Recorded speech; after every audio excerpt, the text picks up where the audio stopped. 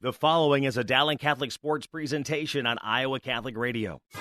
Coverage of Dowling Catholic High School basketball is underwritten by Ashworth Vision Clinic, the Catholic Tuition Organization, Construction Professionals, Dental Associates, Kemen, R&R Realty Group, Mercy One, Two Rivers Glass and Door, and Tamiya and Son. I just need to sneak in one ID basketball before on 6. Iowa Catholic Radio, 1150 AM, 88.5 FM, 94.5 FM, streaming at iowacatholicradio.com and on the Iowa Catholic Radio app.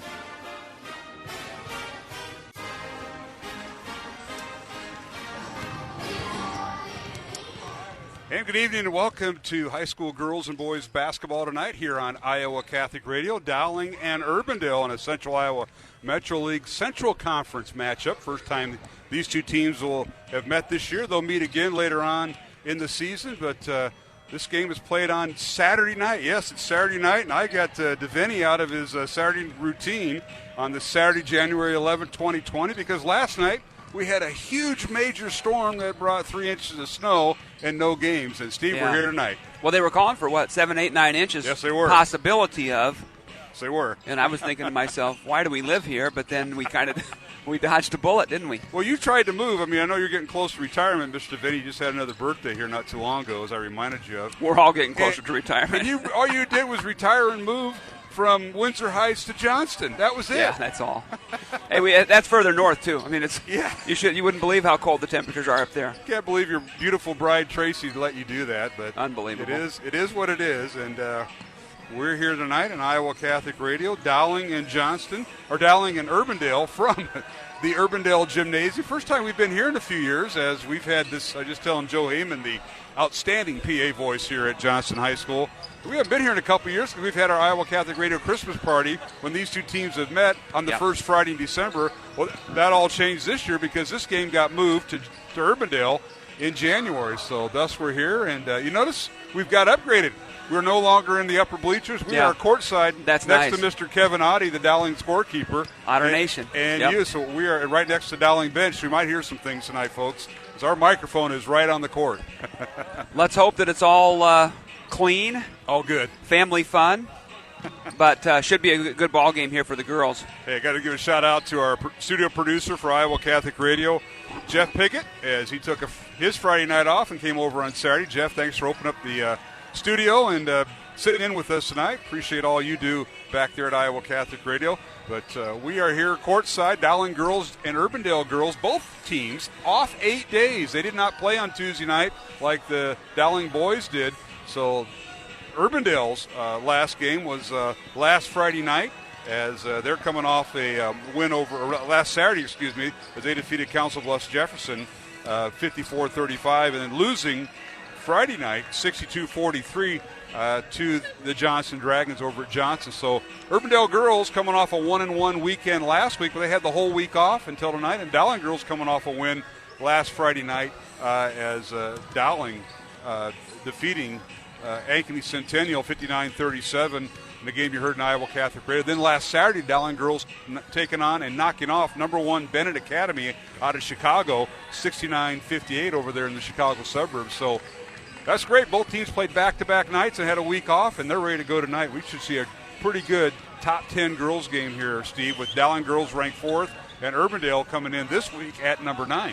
Yeah, you would sure think so. And nothing like playing a ball game when you missed that one last night. You know, kids get into routines and they get ready to go, and their minds and their bodies get kind of ramped up, and then they got weathered out last night. So I would guess this will be a fairly intense ball game. And like you say, 2 top 10 teams with a lot on the line here, a conference game. So it should be fun. Absolutely. Well, let's take a break here on our pregame show. It's Dowling and Urbandale tonight from the Urbandale Gym. Mark Hamadale along with Steve Deviney in Game 1. And bringing out of retirement, Mr. Gary Birdwell, the former girls coach and boys assistant here for Brad Bjorkren, and the head girls coach here for a while at Urbandale, and a teacher and assistant track coach here at Urbandale. He's going to sit in for Mr. Swain, and Gary's going to sit in with me for Game 2. How about that? That'll be fun. Yeah, get the Urbandale perspective a little bit. Absolutely. Yep. Gary's a super guy, and always enjoy his company. And when he coached, we have coached against each other at the sophomore level at Dowling for many years. So we'll get him on for Game 2. Right now we'll take a break in Game 1. It's Dowling and Urbandale coming up, starting lineups when we return here on Iowa Catholic Radio. Support for Dowling Catholic Sports 365 is provided in part by Ashworth Vision Clinic with 2 licensed optometrists, Barbara Sheets, a Dowling Catholic graduate, and Dr. Todd Pedig. The Ashworth Vision Clinic team provides complete eye exams, contact lenses, glasses, glaucoma testing, and pre- and post-operative care. Ashworth Vision Clinic is located at Ashworth and 60th Street in West Des Moines. 515-440-4610. Online at ashworthvision.com. The Catholic Tuition Organization provides the best tax savings over any other charitable giving in the state. 65% of your contribution directly reduces your Iowa income tax liability. Plus, there are still federal deductibility options to further save on taxes. Find details online, ctoiowa.org. All this for the kids and their future. The home and away voice of Dowling Catholic sports and activities, Iowa Catholic Radio. KWKY Des Moines, K233BT Des Moines, KIHS Adel.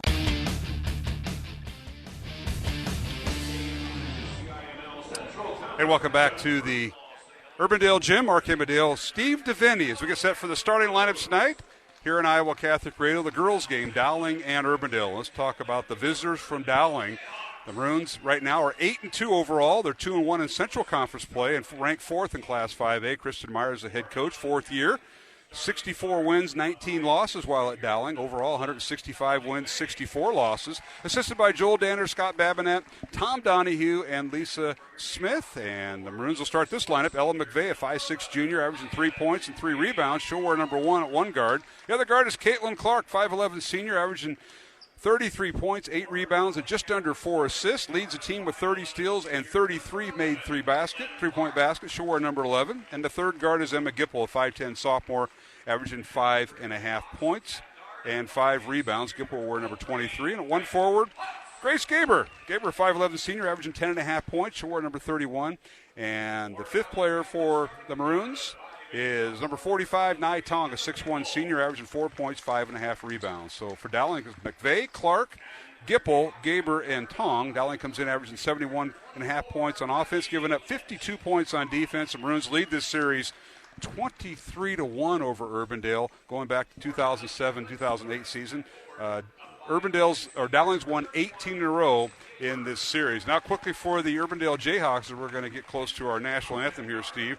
The Jayhawks come in ranked 9th this week. They're also with the record of 8-2, but they're 1-2 in Central Conference play. The head coach is Kenton Tennell. His second year, 21 wins, 12 losses here at Urbandale. Overall, his 6th year of coaching, 101 wins and 32 losses. And they'll start at one guard. At one guard for Urbandale. Faith Putz, a 5'8 senior, averaging 9.5 points, wearing number 23. The other guard is Maddie Lynch, a 5'9 junior, averaging 7 points, 5.5 rebounds. At one forward, Maya Jemfe, 6'1 senior, averaging 16 points, 6.5 rebounds, and leads the team with 3.5 assists. She'll wear number 11. And the other forward is Jada Jemfe, a 6'2 sophomore, and she averages 17 points, 6.5 rebounds. Jayhawks come in averaging 56 points on offense, give up 38 points on defense. Both teams are 8-2. Urbandale ranked 9th, Dowling girls ranked 4th. And when we come back, we will have the tip-off between Dowling and Urbandale here at Urbandale High School. Alongside Steve DeVinny, Mark Amadale. But first, a word from Dr. Dan Ryan, the principal at Dowling High School, and Father Ryan Andrew with our pregame prayer here on Iowa Catholic Radio. Hi, this is Dr. Dan Ryan, president of Dowling Catholic High School, and welcome to another season of exciting Dowling High School basketball. We are proud to be partners with Iowa Catholic Radio, not only broadcasting basketball, but also being partners in preparing Christ-centered leaders for life. Go Maroons! Hello, my name is Father Ryan Andrew, and I'm the chaplain at Dowling Catholic High School. Let us pray for the coaches, players, and trainers tonight for this athletic competition. In the name of the Father, and of the Son, and of the Holy Spirit, amen. Heavenly Father, we thank you for all your gifts. We ask you to bless all those involved in this athletic competition tonight. We ask that you keep them safe, and that they all show good sportsmanship. We ask this through Christ our Lord, amen. All holy men and women, pray for us. In the name of the Father, and of the Son, and of the Holy Spirit, amen.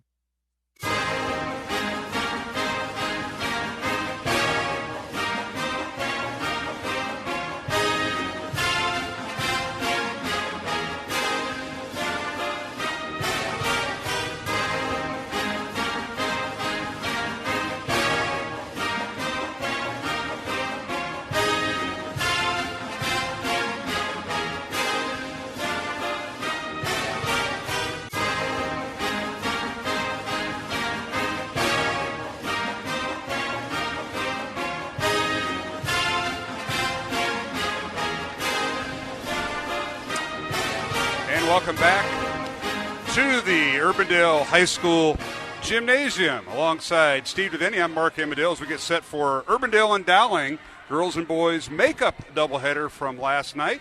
As this game was postponed till today, the rest of the CIML, Steve Devaney,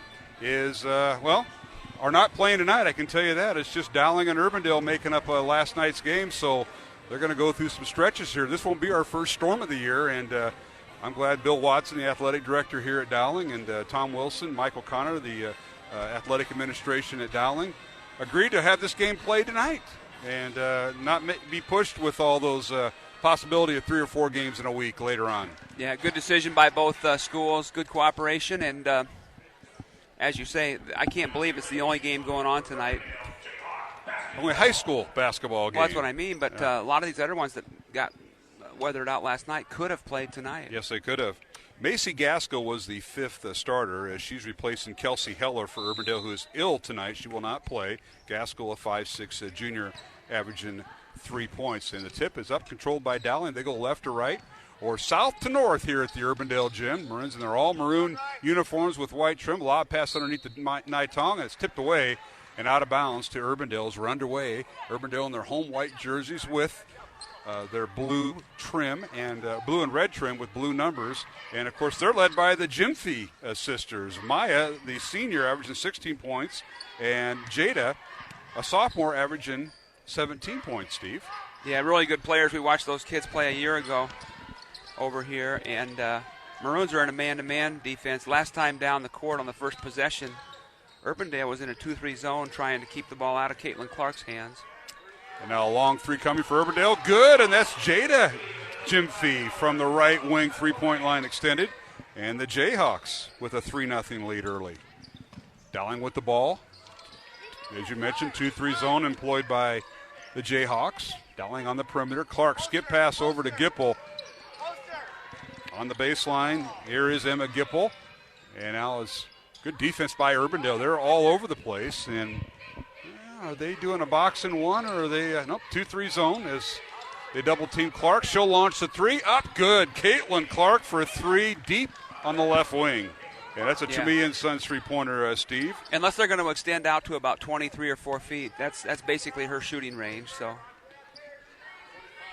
now a three-pointer for Urbandale down court. Good, right in front of us. That's Macy Gaskell. And that's her first 3 of the night as she got the late start. Clark back for 3 for the Maroons, and it's good. So another Toomey and Sons three-pointer by Caitlin Clark. We're tied at 6 with 6:15 to go first quarter. Dowling and Urbandale. So Maroon's going to have to get out on the shooters a little bit more. They haven't even really gotten a hand up in those first 2 possessions. Urbandale with the ball. This is Maya Jimfy. She'll launch the 3 right over Nitong. It's no good.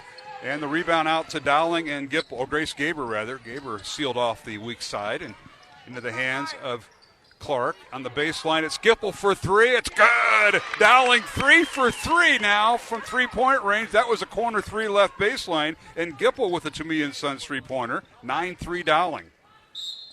Maroons with their biggest lead of the night. So both teams have had a 3-point lead. Ball slapped out of bounds. And we got a whistle. Looks like Nitong. And a foul on Dowling. It'll be on Nitong, as you mentioned. First foul of the ball game. Our officials tonight, Derek Klassen, TJ Augustine, and Jerry Bohe.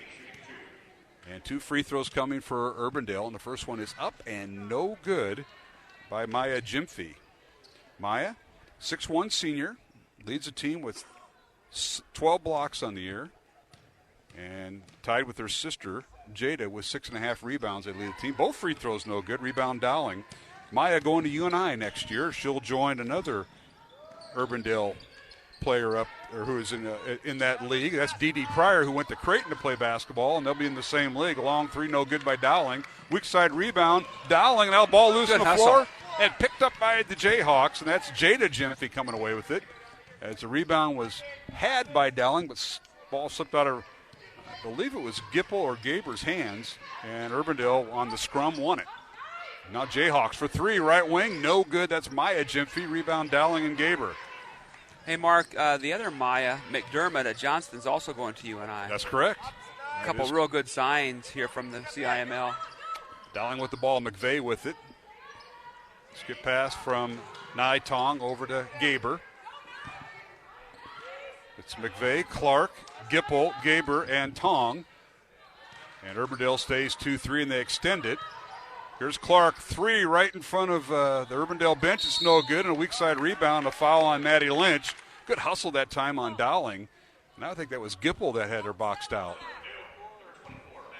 So Lynch picks up her first foul, first team foul on the Jayhawks.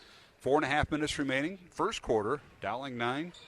And Urbandale 6 here on Iowa Catholic Radio. Here's Gipple on the inbounds pass, little short jumper mid-range on the right side of nice the play. lane. So Emma Gipple with her 5th point. Well executed off of a double screen there for the Maroons. Clark leads Dowling with 6 points. Gipple now with 5, and the Maroons with a 5-point lead and a whistle and a foul on the Maroons. Goodness. Foul's going to be on Caitlin Clark. That'll be her first. Team foul number 2 on Dowling. I'm not sure if the referee understands the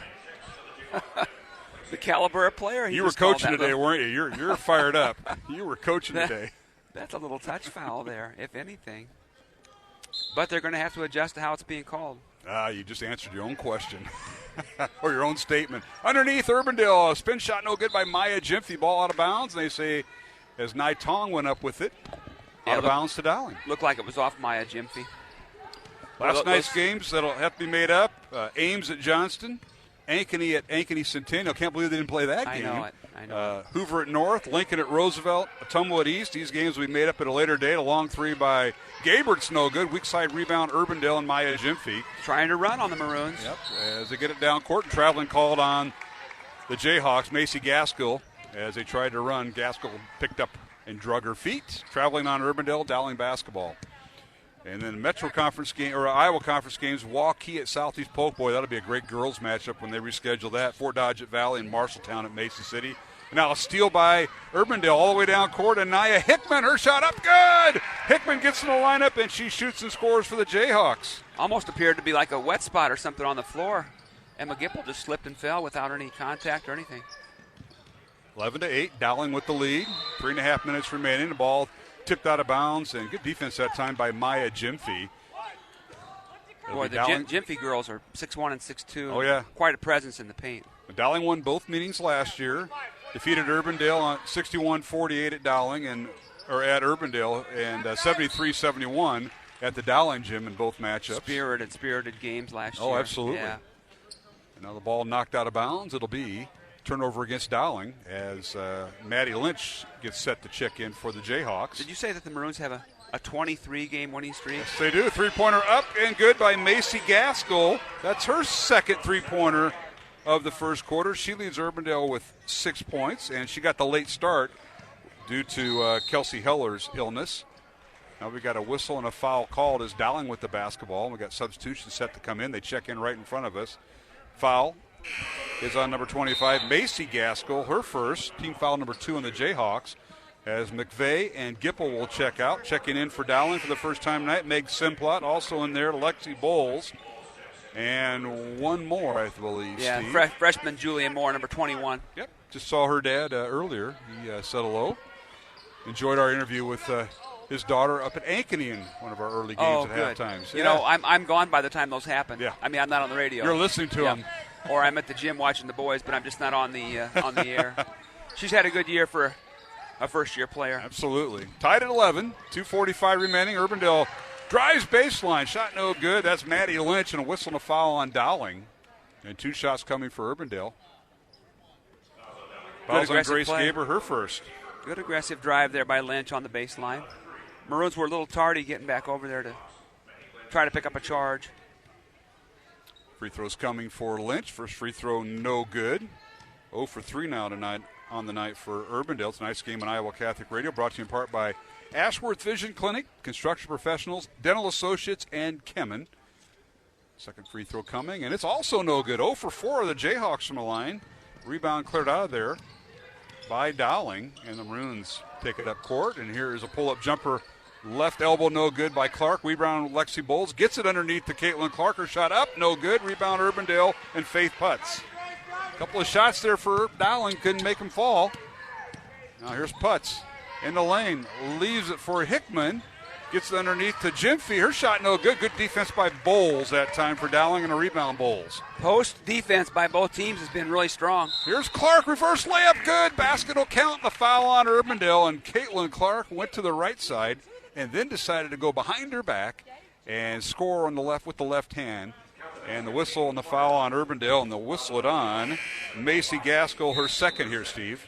Good drive there by Caitlin, like you say, kind of a reverse pivot. Pulled up in the lane. It's going to be really, really difficult. For whatever reason, the post player was not waiting at the rim, Gyamfi, like she had been the previous couple possessions. Clark with 8 points. Free throw coming, good. 9 points now for Caitlin Clark. And the Maroon lead is now, should be 3. Looks like Gyamfi for Gyamfi.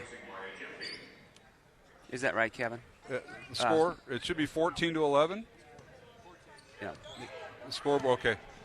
And the scoreboard it's now caught up, and now we're underway. 2 minutes remaining, first quarter. Dowling 14, Urbandale 11 here on Iowa Catholic Radio.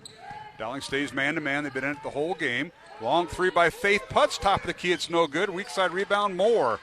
Julia Moore, the freshman for the Maroons, gets the rebound. She'll hand it off to Caitlin Clark with 1:45 remaining. Reverse layup, good. Hey, Clark nice play. past the Bulls. Layup by Lexi's good, and Dowling up to a 5-point lead. Nice play there.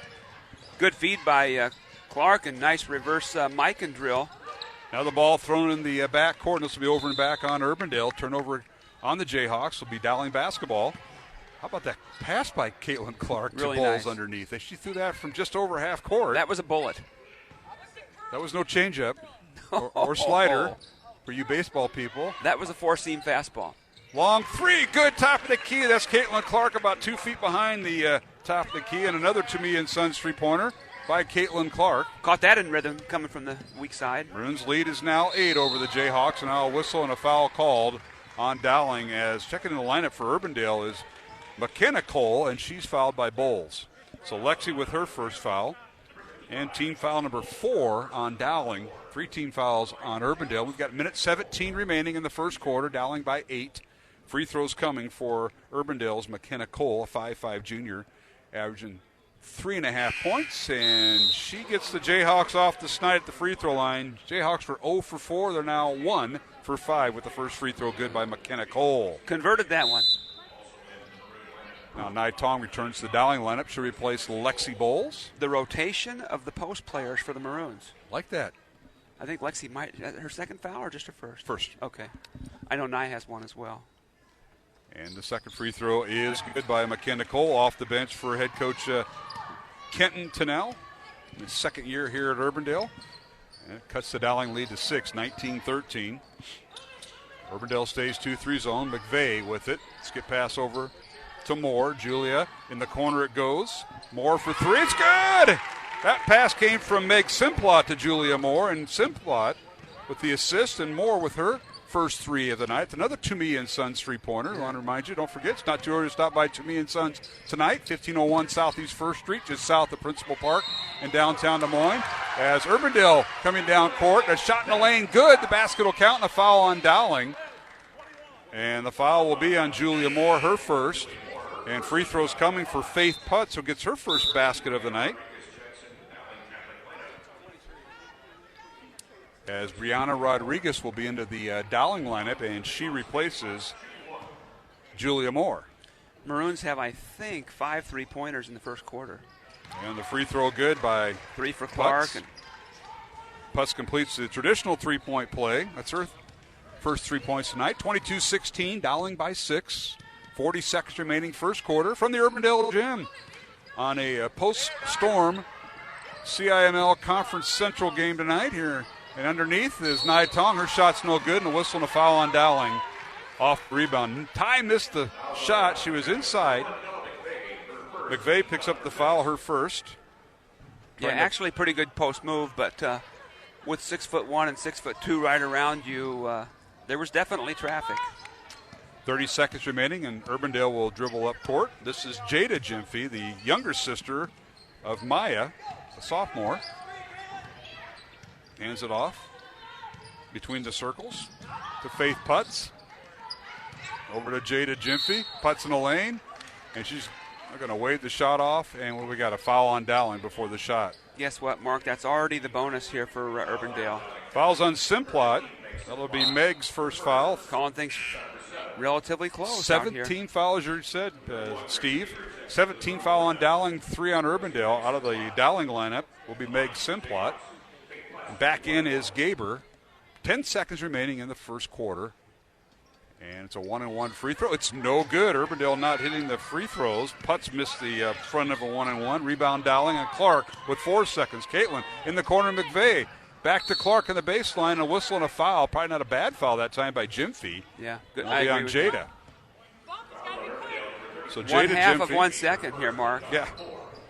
To get a shot off. Not a bad foul at all. 14 foul on Urbandale, so 0.5 of a second remaining in the first quarter. Dowling by 6. Rodriguez will lob it in, gets to Gaber for 3, and that shouldn't count. And they wave it off. So we've come to the end of the first quarter here at the Urbandale Gym. Our score, Dowling 22, Urbandale 16. You're listening to Game 1 of our girls and boys doubleheader with the Dowling girls leading at the end of 1 quarter of play. We'll be back in 1 minute here on Iowa Catholic Radio. Thank you, construction professionals, for underwriting our show, Man Up, heard Mondays at 9 a.m. and 9 p.m. Construction professionals have been long supporters of Iowa Catholic Radio, and we've seen their work. It's beautiful. They do remodeling or new construction that is innovative, functional, and designing what you want. It's a family business built on a strong foundation to create a new or remodeled home that is uniquely yours. CPCustomHomes.com. From our family to yours, God bless. Thank you, construction professionals. Thank you, Dental Associates, for underwriting Dowling Catholic Sports 365. With over 40 years' experience, Dental Associates is a group dental practice with the mission of promoting optimum health and well-being to all patients, providing preventative, restorative, and cosmetic dentistry for the entire family. Message underwritten by Dr. Kenton Gleichman, Dr. Steve Karbaka, Dr. Christine Mulcahy, and Dr. Ben Nagel. Dental Associates, addressing your smile, needs, and dreams. Online at DesMoines-DentalAssociates.com.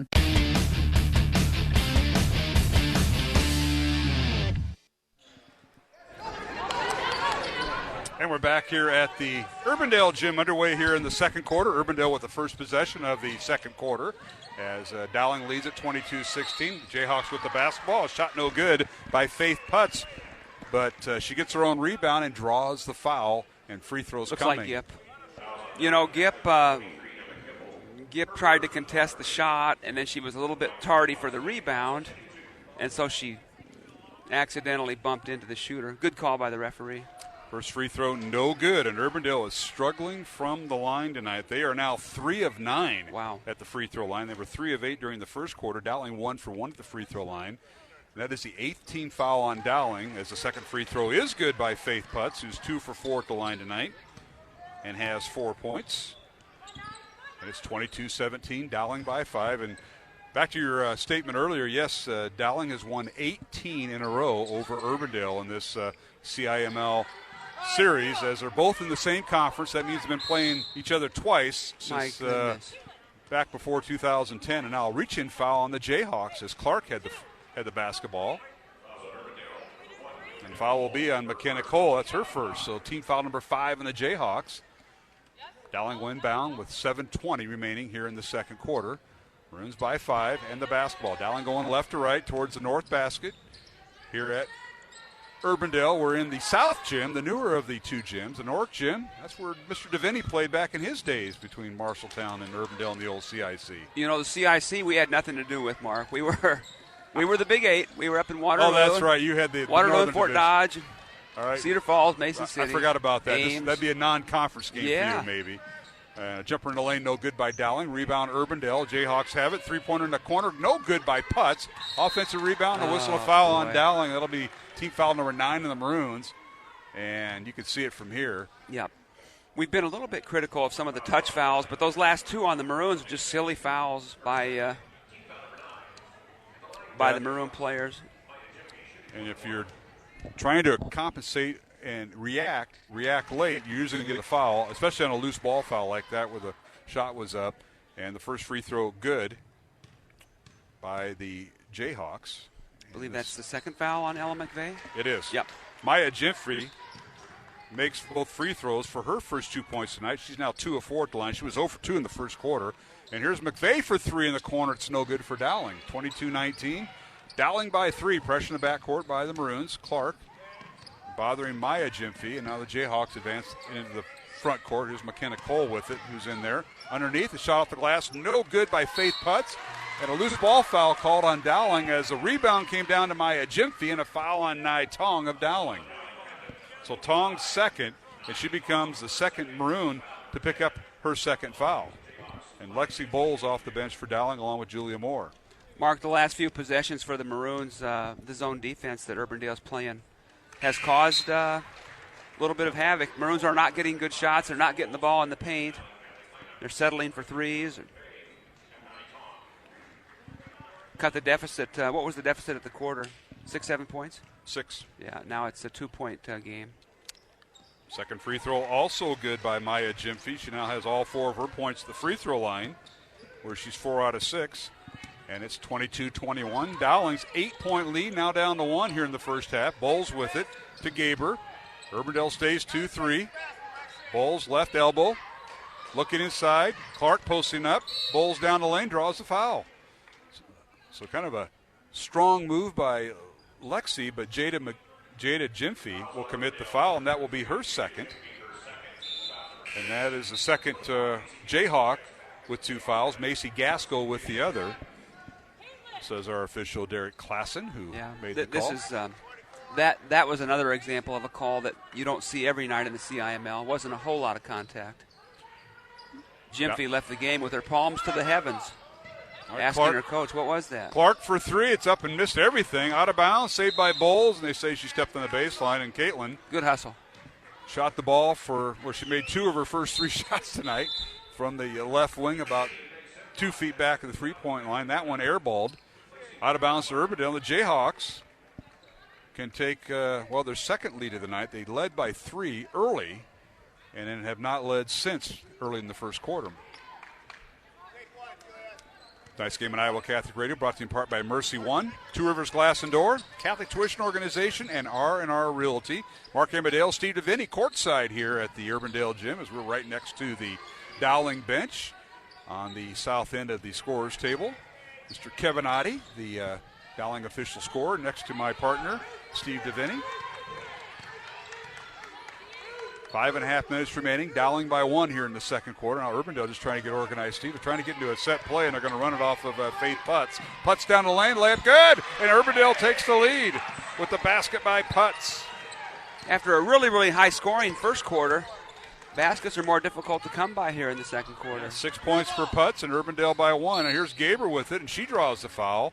This will be on Maddie Lynch of Urbandale, and that'll be Lynch's second. So 3 Urbandale players now with 2 fouls each. And Dowling to the free throw line. That'll be a 1-and-1 coming up for the Maroons. 17 foul on Urbandale, and Dowling in the double bonus. Or rather, Urbandale in double bonus with 10 team fouls against Dowling. Yeah, Grace Gabriel have the traditional 1+. Grace to the line, a 66% free throw shooter on the season. And the free throw good. Dowling Hall of Famer Tom Donahue on the baseline. JV coach for the Maroons, taking some photos.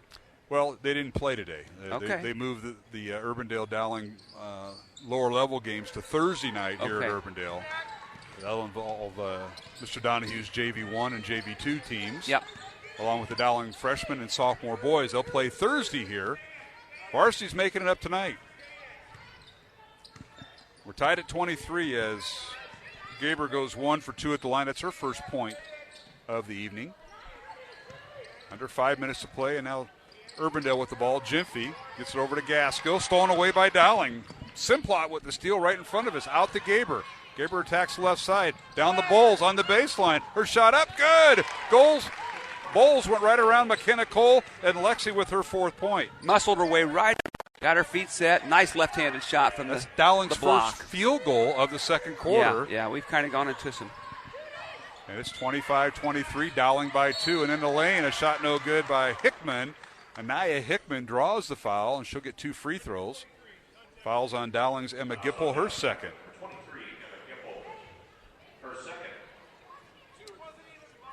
So free throws coming for the Jayhawks.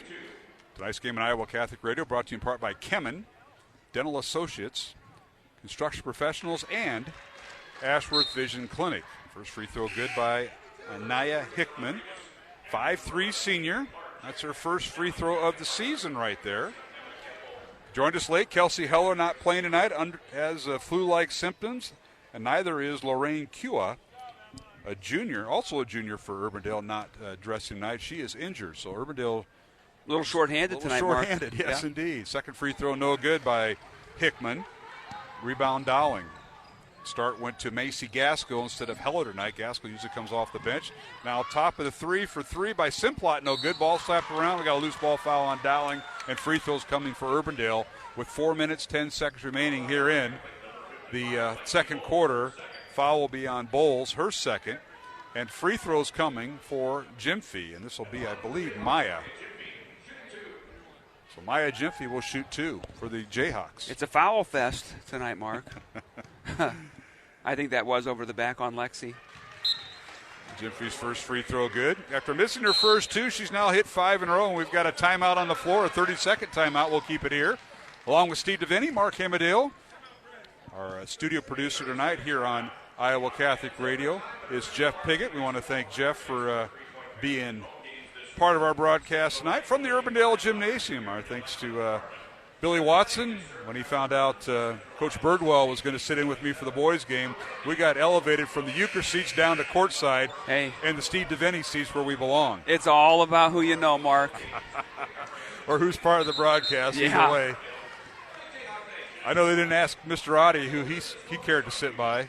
Well, no, he didn't have a choice. Let's take a look. Go ahead. Let's take a look quickly at the top 10 in Class 5A girls basketball. The polls came out the other day. Iowa City High is number 1, followed by Southeast Polk at number 2. Johnson is 3, and Dowling Catholic is 4th. Cedar Rapids Prairie is 5th as Gyamfi hits the second free throw. She has all 6 for points at the line. Cedar Rapids Prairie, Waukee, Waterloo West, Cedar Falls, and Urbandale 5 through 9. Ankeny Centennial remains at number 10. Ames is 11th. Bettendorf is number 13, and Sioux City East 15. So let's look at the top 5 as a free throw is good by Caitlin Clark, who was fouled. And that's Caitlin's first point of the second quarter. Foul on Urbandale's Maya McKenna Cole. And that is her second foul. Second free throw no good by Clark. And the rebound out to Urbandale. Jayhawks have it. Dowling and Urbandale tied here with just under 4 minutes remaining. Second quarter from the Urbandale gym, and we've got a whistle and traveling called on the Jayhawks by Macy Gaskell. Tried to attack the lane down the left side, and she kind of got tied up, and they're going to whistle for the travel. Runs with it. Clark in the lane. Pull-up jumper off the glass. Up and good. The basket will count, and a foul on Urbandale. I think they're going to get Gyamfi for it. We'll see what Jerry Bohe, our official, says, and that is Hickman for the foul. That's her first. Mark, we can't go more than about 30 seconds without another foul called. Well, Urbandale has 2 fouls each on Cole, Lynch, Gaskell, and Gyamfi as Clark hits the free throw to complete the three-point play, and Dowling up 3, 29-26 over the Jayhawks. Dowling has Gipple and Nai Tong with 2 fouls each, along with Ella McVeigh and Lexi Bowles. So, yeah, that's how it's been tonight. These two teams haven't played since last Saturday.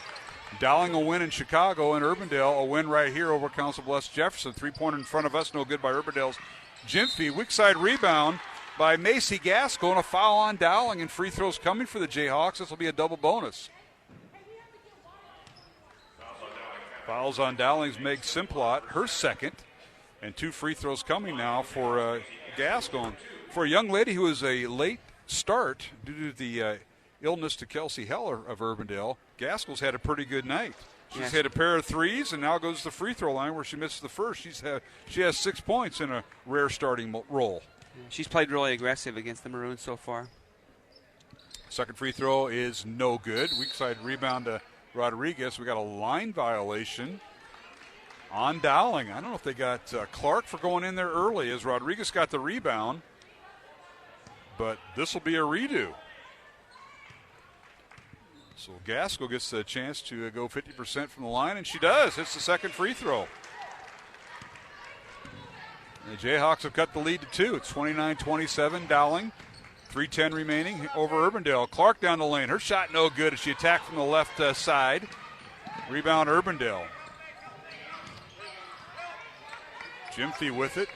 That is Jada Gyamfi. They reverse to the left side over to McKenna Cole. Back in front of us to Macy Gaskell to Cole.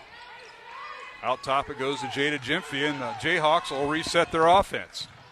There's Gyamfi down the lane. Shot up. No good. Rebound Clark. Caitlin leaves it for Gaber. Thinks about the three, won't shoot it, and Dowling will get into their offense with Clark top of the key. Caitlin gets it over to Gaber. In the corner to Julia Moore, the freshman. Over to Brianna Rodriguez. Down to Gaber. Down the lane she goes. Left-handed shot. Good! Nice move that time by Gaber right around Jada Gyamfi. With her weak hand, Mark. In traffic on the left. Really nice move. Great point there with her weak hand. And now the ball popped in the backcourt, stolen away by Dowling. Underneath it goes. Layup is no good. Moore with a weak side rebound as Gaber missed a shot. Now Clark for three, and it's off the mark. No good. Rebound Maya Gyamfi as things kind of picked up there on the defensive side. A flurry of activity. Dowling. Good shot by Clark. Feet were set, just didn't go. Dowling by 4. With 1:50 remaining in the first half. Remember, at halftime, we'll have Michael Connor, the Dowling boys head basketball coach, join us.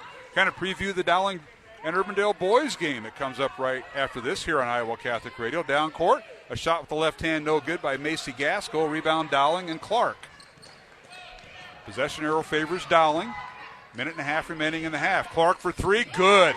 From the left side, she's made 3 of her 4 Toomey and Sons three-pointers from that spot. Picked up her dribble. And the Urbandale defender ran away. Clark now with 4 3-pointers in the night. Now a three-pointer off the mark, and then falls through. Jada Gyamfi hit it every part of the cylinder and got it to fall. Her second three of the night. She's got 6 points. Down to Layden Gaber for Dowling. Her shot no good. Rebound comes out to Jada Gyamfi. 34-30 Dowling. Minute to play here in the first half. From the Urbandale gym. Glad you could join us Saturday night of high school girls and boys basketball. Alongside Steve DeVinny, Mark Amadale. Glad you could join us. Winter storm here in Central Iowa for the folks that are listening probably, outside our Midwest coverage here in Central Iowa. We got 3 inches of snow here in Des Moines, and the storm that was supposed to dump 5 to 9 dumped 3. Thank goodness. Just enough to get the snow blowers out and the shovels, or the sidewalk shovels. So 38 seconds remaining. Dowling will have the basketball as the ball's knocked out of bounds, and McVeigh will check in for the Maroons. Ella will check in with 2 fouls. Now they're going to take Clark out of the game right now for looks like an injury or something, blood or something like that on her. Now she apparently took an elbow sort of to her Adam's apple area, and she was bent over in pain, and the referee made a decision. I've never seen that before, where he forced her to come out of the game. The coach didn't come on the floor. He just said, you got to get her out. Very unusual. And a whistle and a foul on Urbandale. Maya Gyamfi picks up her first foul. Both teams now in the double bonus with 32 seconds remaining, and the free throw is good by Grace Gaber, who goes to the line for 2. A lot of fouls in the first half. Dowling over the 10-foul limit, and so is Urbandale. 35-30, Dowling by 5. Clark re-enters the game. She was just out that possession, and the second free throw is good by Gaber. Grace with 5 points, 3 of 4 at the free throw line.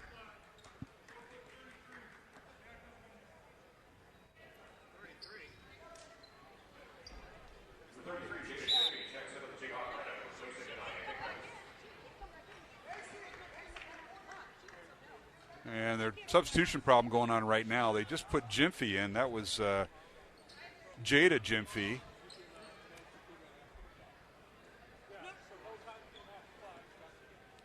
And they're saying that you can't have a substitution and then bring her back in with no time off the clock. And I think that's what they're addressing with Kenton Tennell, the head coach at Urbandale. He's going to have to put back in Anaya Hickman, and Jada will not be able to come out. Now, he can use a timeout. He hasn't used a timeout yet, as Urbandale has all 5 of their timeouts at their disposal. Dowling has 4 left. Maroons lead it by 6, 36-30, 30 seconds remaining, and now we're underway as Jerry Bohe, one of our 3 officials, puts the ball in play, and Naya Hickman dribbles in the front court for Urbandale. Dowling will stay man-to-man, but they're playing off the ball. Possession arrow favors Dowling. This is Hickman. Looks like the Jayhawks are playing for 1 with about 10 seconds to go. Here's Putz with it. Putz, and an offensive foul or not? No, blocking foul on Dowling. That'll be on Julia Moore, her second, and free throws coming for the Jayhawks on the double bonus. What looked like the forearm and the extension. It's always a judgment mark to see is. if the defender was there, previous. Defender Julia Moore was moving, but it seemed to you and I both that she had a position established. That was between the circles is where that happened, and Hickman had the ball, and Moore had her apparently jumped in front of the ball, and then Hickman stuck out her arm, and then the collision, and then the foul, and it was a judgment call. The second free throw no good, rebound Dowling. 5 seconds remaining. Clark over to Gipple for 3 at the buzzer. Good! How about that? Emma Gipple with a To-Me & Sons three-pointer to end the half. She has 8 points at halftime, and Dowling with a 39-31 lead here at halftime over the Urbandale girls, Steve DeVinny. Big-time pass there by Caitlin Clark. She knew where the teammate was, and they had double-teamed her at the top of the key. Set that up, and Grace Gaber knocked it down. Dowling outscoring Urbandale 17-15 in that second quarter. The Maroons lead it here at halftime by the score of 39-31. Along with Steve DeVinny, Mark Amadale, we'll be back with our halftime guest, Mr. Mike O'Connor. He'll preview the Dowling-Urbandale boys contest coming up. Our halftime score of the girls contest, Dowling 39, Urbandale 31, here on Iowa Catholic Radio.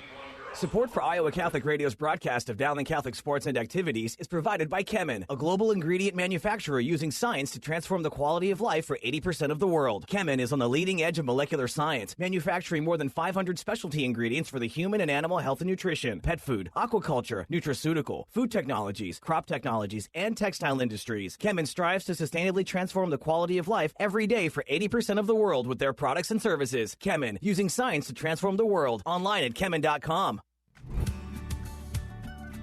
Thank you to Mercy One for their support of Iowa Catholic Radio. From the cardiovascular experts at the Iowa Heart Center to the pediatric services of Mercy Children's Hospital and Clinics, Mercy provides complete care for Central Iowa's adults and children with more than 50 primary care and specialty clinics in the Des Moines area. Find a convenient Mercy One location near you. Online at mercydesmoines.org.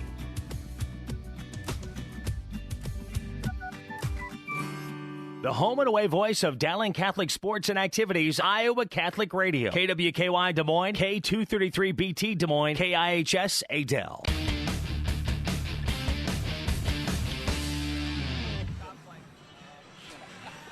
Welcome back to the Urbandale Gym. Alongside Steve DeVinny, Mark Amadale, halftime of the girls contest. Dowling leading 39-31 over the Urbandale Jayhawks. And now we're joined by head coach Michael Connor of the Dowling boys basketball team. OC, thanks for joining us. As Mr. DeVinny mentioned earlier, the trip to Dubuque was canceled today. You were supposed to play at Loras College against your alma mater, Dubuque-Wahlert, and so was a parade I guess they were going to have for you and give you the key to the city. And I'm sorry to hear that, and we're just waiting for the rescheduled date. OC, welcome. It had been a pretty short parade, and the key probably wouldn't have got me in any place positive. That mattered, yeah. I'm not sure I can keep the red carpet away for another couple of years. Yeah. Would have been fun to get back home, though. It would have been fun. Yep. It would have been a lot of fun. Would have been a great chance to play against a great team and a great program and somebody new. You play the same teams around here all the time. It would be nice to play someone new, but everything worked out. Glad we got a game in tonight. Yeah, nobody else is making theirs up in the CIML from what we understand. Talking with Mr. Watson, the AD here at Urbandale, he said nobody else is rescheduled. And, this will, you think about it, this is our first storm of the winter, and we're going to get more. And you don't want to be playing 4 or 5 games in a week just to try to get it in. All of a sudden, now you got sub-states and regionals for the girls, sub-states for the boys. You're bunching games in and losing practice time. And I'll hand it to you. You and Urbandale got it in tonight on a Saturday night, and why not? Well, that's a credit to Mr. Watson for being willing to work on a Saturday night and thinking about the kids and thinking about the things you just said. We've only got 4 or 5 weeks left of season here, and we're going to get another storm at some point, and we really don't want to be losing games. And thankfully for us, we're able to get it in because we may not get to make up another game. So we may end up with 20 versus 21. So it's really important that we got this one in tonight. Yeah, that's a good point. We're visiting with Michael Connor, the Dowling boys basketball coach. His game coming up here in Iowa Catholic Radio. Right now at halftime, the girls' game, Dowling leading Urbandale 39-31. Let's talk about the matchup with Urbandale. It's a team that, you've had 1-10 in a row against the Jayhawks since Brad Riorkan went down to Simpson, and I know tonight you're looking forward to it. But Urbandale, they're coming in with their 5-3 record. They got a little bit more experience than what they had last year. I think they graduated 1 starter off last year's team, so they have 4 starters back from a year ago. They do. They're off to a nice start this year. They've got 6, 7, 8 really solid players. They're very, very similar. You don't look at their team and say, okay, who's the go-to guy? They probably have 3 or 4 guys that they're not afraid to go to. And you don't look at them and think, okay, who's the guy you maybe don't have to guard or can help a little bit extra off of, and they don't have that guy either. So they'll pose a challenge for us defensively tonight, and we're expecting to see some different things on the defensive end as well. So we know we have our work cut out for us tonight. OC, for the folks who couldn't get to the game the other night at Hoover, I was out of town for business. We didn't broadcast the game. Give us a yeah, brief. We did. Oh, I'm sorry. I apologize. If he's not there, it's not a I broadcast. apologize. I guess we didn't. Yeah. We were there. I didn't know Swain and I that. were there. What? Tell a little bit about that game, because I missed it. Low-scoring affair, as it always is with Hoover. We only had 45 possessions in the game, and we've been averaging about 65. And part of that was they were very, very patient. Part of it was us, doing a really good job defensively. So it was a combination, perfect storm a little bit. Did a really, really good job guarding all 4 quarters and kept them out of the paint and prevented them from getting downhill, and thought we did a really nice job of keeping them off the glass, and we're fortunate enough to find enough scoring to win the game. What do you expect with Urbandale tonight, Coach? You play them twice a year since you've been here, and they've been part of the Central Conference. So that means you play each other twice. What do you expect from this group? I know they're led in scoring. Their athletic director's son, Cal, a leading scorer and rebounder for the Jayhawks, but they kind of balance everything out, everybody in single-digit scoring. They do, and like I said earlier, they're pretty deep. They don't have that one guy that you look at and that's their clear-cut go-to guy. They have 3 or 4 different guys that they can probably go to. They're very balanced. Offensively, they're going to drive it and try to kick it, and defensively, we expect to see some man tonight. We expect to see some zone, and they haven't played in a week, so maybe we'll see something else that they worked on. So never know, but they're going to play hard, and they're well coached, and we're expecting a tough battle tonight. Well, in the game against Hoover, that Mr. DeVenny apparently didn't realize you were way out of town. I was out of state. Yeah. That was kind of a nip and tuck game. You led by, you outscored Hoover 7-0. You shut them out in the second quarter. You led by 7 at halftime. But it really wasn't safe. They got it down to 2 in the third quarter, and then you outscored them and led by 10 going into the fourth quarter, and then kind of pulled away in the fourth quarter. So that was one of those games with Hoover. Who's some of the kids that you're really liking? I like Omaha Blue off the bench. Boy, he gives you that spark and enthusiasm defensively and offensively, but he and a couple other guys, Lynch and Simon Daniel and Michael Keel, you bring them off the bench with your starters. They really complement your team. Yeah, they do. And it's really tough on our team to single out one guy because so many of them have made positive contributions throughout the year. Omaha had a great game on Tuesday night. He was really, really good off the bench. Riggs has started to become more consistent for us, and he's a difference maker when he's consistent because he's so skilled and talented and athletic, and at his size, he gives so much. Joe Stopulos done a really, really nice job at the point guard. Made some really big plays in the fourth quarter that kind of separated us far enough that you started to feel a little bit comfortable. But we've really had great contributions from up and down the lineup at different times this year. And but the one thing we've been really, really pleased with is our ability to guard and rebound, and we feel like if we can continue to defend and rebound, we're going to give some people some problems. OC, is this one of your deeper teams? I mean, I know it's one of your taller teams. You got 7 guys 6'4" or taller, but you seem to have pretty good depth, guys that can come in and contribute. We do. We've had a couple other years that we've been pretty deep too, but This is probably as deep as a team as we've had. I don't want to say it's the deepest, but it's just as deep as any of the other 2 or 3 teams that we've had that have had good depth as well. Who's coming up besides after Urbandale this week coming up? I play Ankeny on Tuesday, and we play Ames, and then I think the following week is Waukee and Johnson. So it doesn't get any easier. No, it doesn't get any easier. It's all about staying in routine. Tuesday, Friday, an occasional Saturday game, and hopefully the weather will hold. And OC, we want to thank you and the kids you send up in the post game. They've been great interviews. I don't know about tonight. They want us to clear out tonight so we can hold off on that. We'll be getting out of here. We'll be. And so will we. yeah. Everybody wants to enjoy a little bit of a weekend. Absolutely. But you got four home games coming up in the next. It's about time. How about that?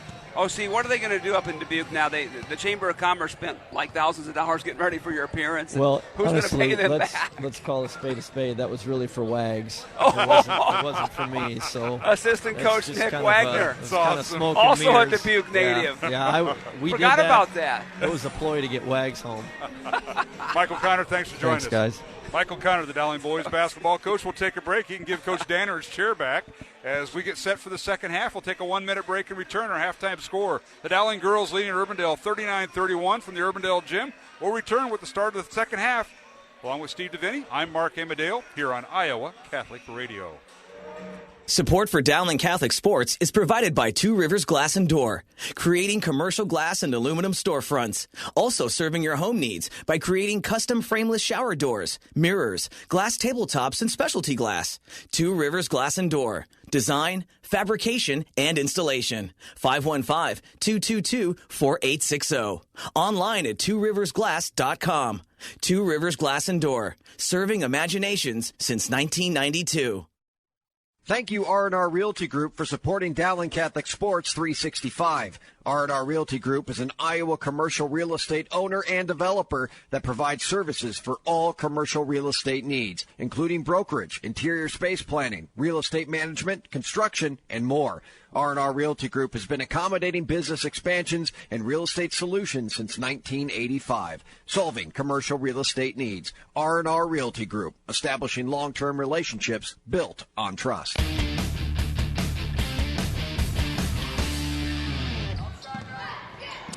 And we're back here at the Urbandale gym underway. Nai Tong gets a basket for Dowling and the foul.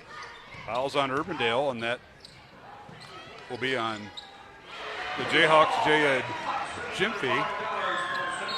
And now a three-pointer up and good by the Jayhawks, and that's Faith Putz with a three-point basket, I believe, there, Steve DeVinny. And it's 42-34 our score as we have an injured Jayhawk. Looks like Jada, the sophomore Jimfy. I don't know if it's just a cramp or if it's a ankle.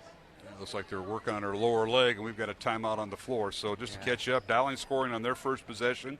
Nai Tong with the basket and a free throw. That's her first points of the night. And then on the other end, Urbandale, a three-pointer by Faith Putz is good. And Gimpy, it's that ankle. She's going to need assistance getting off the court. Let's take a look at scoring in the first half for Dowling. Caitlin Clark leading the way with 19 points. She was followed by Emma Gipple with that three-point basket at the buzzer to end the half. She has 8 points, 5 points for Grace Gaber, 4 points for Lexi Bowles off the bench for the Maroons, and Julia Moore off the bench for 3 points. And for the Urbandale Jayhawks, they were led by Macy Gaskell, who got the late start in the absence of Kelsey Heller's illness. She had 7 points at halftime, 6 points for Maya Jimfy. McKenna Cole off the bench with 2 points, 4 points for Anaya Hickman off the bench for the Jayhawks, and 6 points for Jada Jimfy. As the Maroons went 6 of 8 at the free throw line in the first half. And Steve, it looks like we're back in action. Mark, you had said that Gipple hit that three-pointer at the buzzer. That was Grace Gaber. I'm sorry. Does she have 8? Do you have her down for 8? Yeah. Okay, I'm sorry. I was just checking with Kevin Oddie, the official Dowling book. Caitlin Clark with another To Me and Sons three-pointer. That's her 22nd point of the evening. Yeah, I may have misspoke there. That was Gaber for the 3. So she has 8 points. And Gipple at 5 points. So we're standing corrected. Now steal by Dowling, ball out of bounds. They get it down to Nai Tong, and she loses out of bounds. So both teams trade turnovers. Dowling 45, Urbandale 34. This is the Maroons' largest lead here in the second half of 11 with 6.5 minutes remaining. Yeah, the complexion of this game changed instantly when Jada Gyamfi went out with that bad ankle, because now they have a much shorter lineup, easier to get into the paint and score. They seem to be a little out of sorts, Urbandale, as what they're going to run right here in the half court. Dowling stays man-to-man, and down the lane goes Maya Gyamfi, and a foul on Clark. We've got, check that. It's not a foul, as it is traveling called on Gyamfi.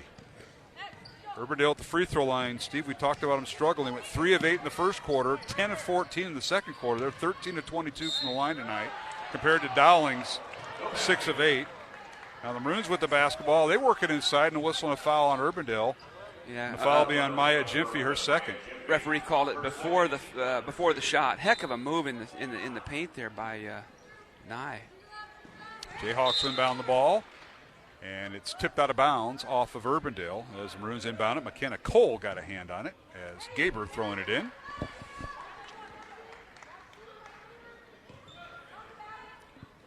Not a bad crowd here for Saturday night. This is a make-up game. Dowling fans behind us. Now Clark right in front of us for 3. Good from the top of the key, and Caitlin Clark starting to heat up. She has 25 points tonight, and that's another Tamia and Sons three-pointer. She has knocked down 6 in the contest.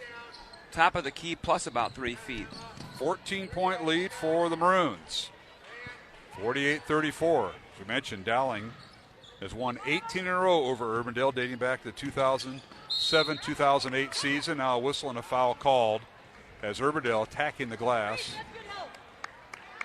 And a foul will be on the Maroons. Emma Gipple, that'll be her third. So the first team foul of Dowling here in the second half. Urbandale with 2 team fouls. Jayhawks will inbound it with 5.5 minutes remaining. Third quarter, Dowling by 14. Urbandale with the ball. They go left to right towards the north basket here, Steve, and trying to work on this Dowling man-to-man defense. Down the lane, shot no good by Faith Putz, but she picks up the foul and will go to the free throw line. Ella McVeigh. That's her third. You can hear the coaching staff for the Maroons tell Ella, don't bail her out. It was going to be a difficult shot, and she fouled in the act. And the free throw is in and out, no good by Putz. Faith, a 5'8 senior, averaging 9.5 points, 2 rebounds, 2.5 assists. And second on the team and made 3-pointers with 15. Second one up and off the back iron, no good. Rebound cleared out of there by Caitlin Clark. Maroons by 14 and the basketball. Underneath, they feed Nai Tong. Her shot up, no good. Good defense that time by Maya Gyamfi. Very good. Tong gets the rebound, though. Now to Gaber. Fakes the 3, dribbles baseline, and thinks about a reverse layup. Can't do it, and now whistling a foul as Julia Moore has the basketball. Foul on Urbandale. I think they're going to get Macy Gaskill for the loose ball foul. That'll be her third. As returning to the Dowling lineup, Meg Simplot, and she'll replace Emma Gipple. Dowling will inbound underneath their own basket. Throwing it in will be Simplot. She gets to Clark. Under 5 minutes remaining. Caitlin, left elbow, looking inside, can't find Tong. Now reverse it to Moore. Over to Tong, right block. Skip pass over to Clark, and it's stolen away by Urbandale. Putz with the steal, gets it to McCole. McKenna Cole underneath, her shot up no good. Rebound Dowling and Julia Moore. Back and forth they go with empty possessions. Efforts there. Clark for 3 right in front of us, off the mark, no good. Nai Tong with the loose ball foul, and Nai will pick up her third foul. Here comes, I'm only guessing, here comes Lexi Bowles. Bowles with 2 fouls. Nye with her third, and Bowles is checking in. And Nai Tong will sit down with 4.5 minutes remaining here in the third quarter. Dowling by 14. Again, empty possessions for both teams. The last couple of possessions offensively for each team. And now down the lane, layup good. McKenna Cole right off the glass. In traffic, tough shot. She now has 4 points. Now in the lane. What did I just say? Clark. In traffic, tough shot. Clark just did the same thing. This time from the right side of the lane. Beautiful move by Cole's Caitlin. Move came with the left hand down the left side of the lane. So both teams trade baskets after trading empty possessions. Putz for 3, it's no good. Rebound Maya Gyamfi, and it's stolen away by Dowling's Caitlin Clark. Clark with it, down the lane she goes. Her layup is up, and it's good. They're going to wave it off. Foul before the shot. Out of bounds to Dowling. Foul on Urbandale, and that'll be their 14th foul. Gaskell picks up her 4th. And the Maroons will inbound the ball. The number of fouls being called tonight will undoubtedly take its toll on both teams before this game is over.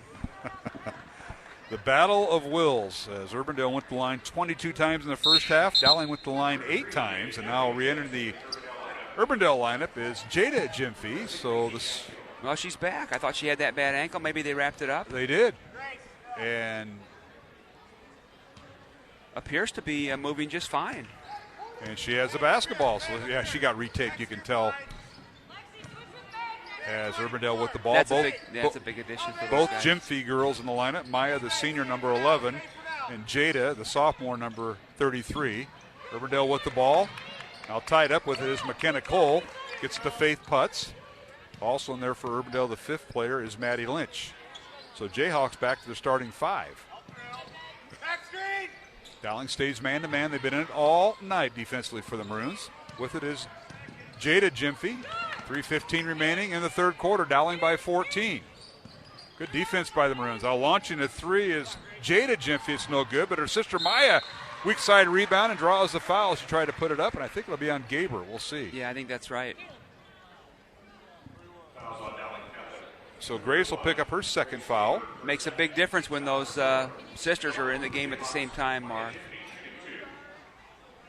Gyamfi at the line, and Maya misses the first free throw. She was 6 out of 8 at the first quarter. All her points coming from the free throw line.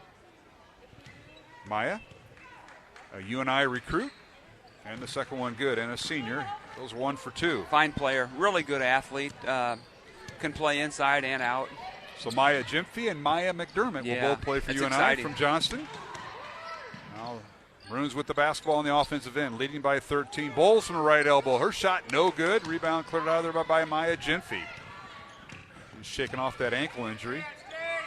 Now Maya dribbles baseline against Bowles. Kicks it back out to Putz, who dribbles in the baseline. Gets to Gyamfi. Her shot no good. Rebound Bowles, and a foul called on Maya Gyamfi. Reaching around after Bowles had the rebound.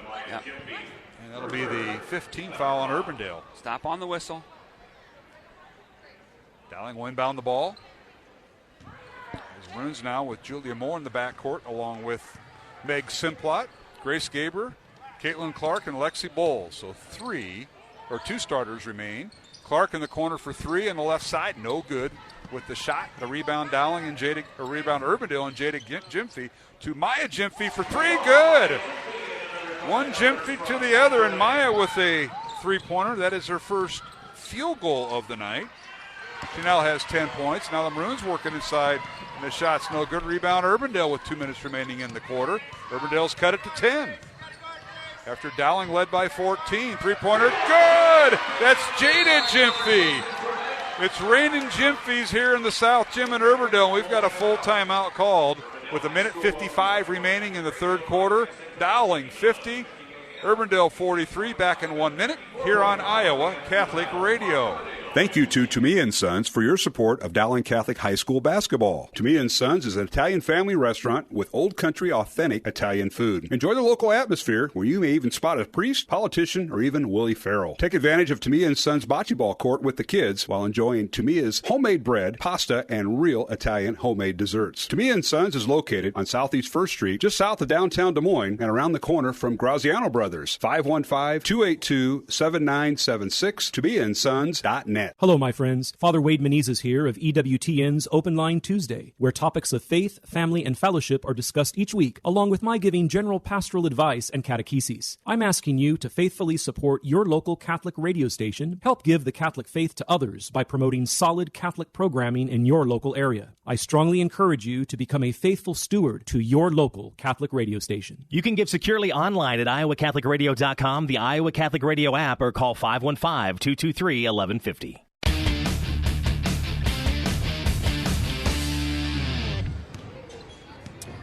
And welcome back to the Urbandale Gym as we're in the final 2 minutes of the third quarter.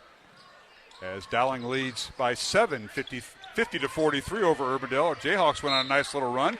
Now the Maroons get the ball inside. A shot by Caitlin Clark, good in the left block. The basket will count and a foul on the Jayhawks. And that'll be on Maddie Lynch, her third. And Caitlin Clark now with her 29th point. It's an opportunity here for an and one, Steve DeVinny. It's really difficult to defend. You know, Caitlin leans in when she's in the paint like that. It's not an offensive foul, but it's almost impossible not to foul her when she leans in like that. Big-time move. She's worked her craft to the utmost, and you can see why she's one of the top recruits in the nation, not just the Midwest, and gives Dowling a 10-point lead. Urbandale back the other way on the offensive end, and a whistle and a foul on Dowling. This will be on Grace Gaber. And we had over 20 fouls in that first half. Well, we're marching towards that here in the second half. That's a 16 foul, or rather the 15 foul on Dowling, 6 on Urbandale. We've got a minute and a half remaining in the third quarter, Steve. Yeah, I think that was a good call against the Maroons. Real hard dribble penetration there by Jada Jimfrey. All right, this is Faith Putz in the lane. Gets in the corner to Jimfrey for three. It's short. And the rebound slapped around and now retrieved at half court by Jada Jimfrey after her sister Maya missed it. It's stolen away by Clark. Layup is up and good. Where did that come from? Came out of the rugby drum, didn't she? It did.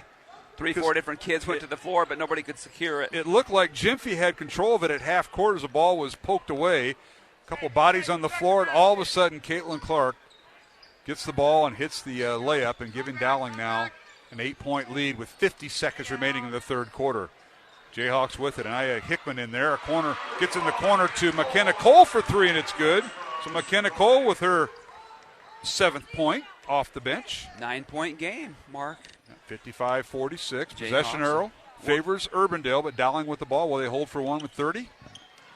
And now whistle. They won't have to. A whistle and a foul on Urbandale. This will be on McKenna Cole, and that'll be her third, I believe. It is. That's a 17 foul, so free throws coming for Caitlin Clark. It'll be a 1-and-1, and now Dowling goes offense-defense here as they'll take out Grace Gaber with her 3 fouls and put Brianna Rodriguez in. 1-on-1 free throw, good by Clark. Caitlin with 33 points. And she'll get another. Tonight's game on Iowa Catholic Radio brought to you in part by Ashworth Vision Clinic, Construction Professionals, Dental Associates, and Kemen. Clark's second free throw is good. She has 34 points right now. And it's Dowling by 11, 57-46, with 20 seconds remaining here in the third quarter. Urbandale will hold for the apparent final shot. They will also have the ball on the next possession arrow, which could be the start of the fourth quarter. We'll see. Here is Jimfrey with it. This is Jada Jimfrey dribbling in the lane, gets underneath to her sister Maya, and her layup is good. So Maya Jimfrey scores at the buzzer. And the Jayhawks now have cut the Dowling lead to 9 as we go to the fourth quarter. The score, Dowling 57, Urbandale 48, along with Steve DeVinny. I'm Mark Hamadale, back with the fourth quarter in 1 minute from the Urbandale Gym here on Iowa Catholic Radio. Support for Dowling Catholic Sports 365 is provided in part by Ashworth Vision Clinic with 2 licensed optometrists, Barbara Sheets, a Dowling Catholic graduate, and Dr. Todd Pedig. The Ashworth Vision Clinic team provides complete eye exams, contact lenses, glasses, glaucoma testing, and pre- and post-operative care. Ashworth Vision Clinic is located at Ashworth and 60th Street in West Des Moines, 515-440-4610, online at ashworthvision.com. The Catholic Tuition Organization provides the best tax savings over any other charitable giving in the state. 65% of your contribution directly reduces your Iowa income tax liability. Plus, there are still federal deductibility options to further save on taxes. Find details online, ctoiowa.org. All this for the kids and their future. The home and away voice of Dowling Catholic sports and activities, Iowa Catholic Radio. KWKY Des Moines, K233BT Des Moines, KIHS Adel.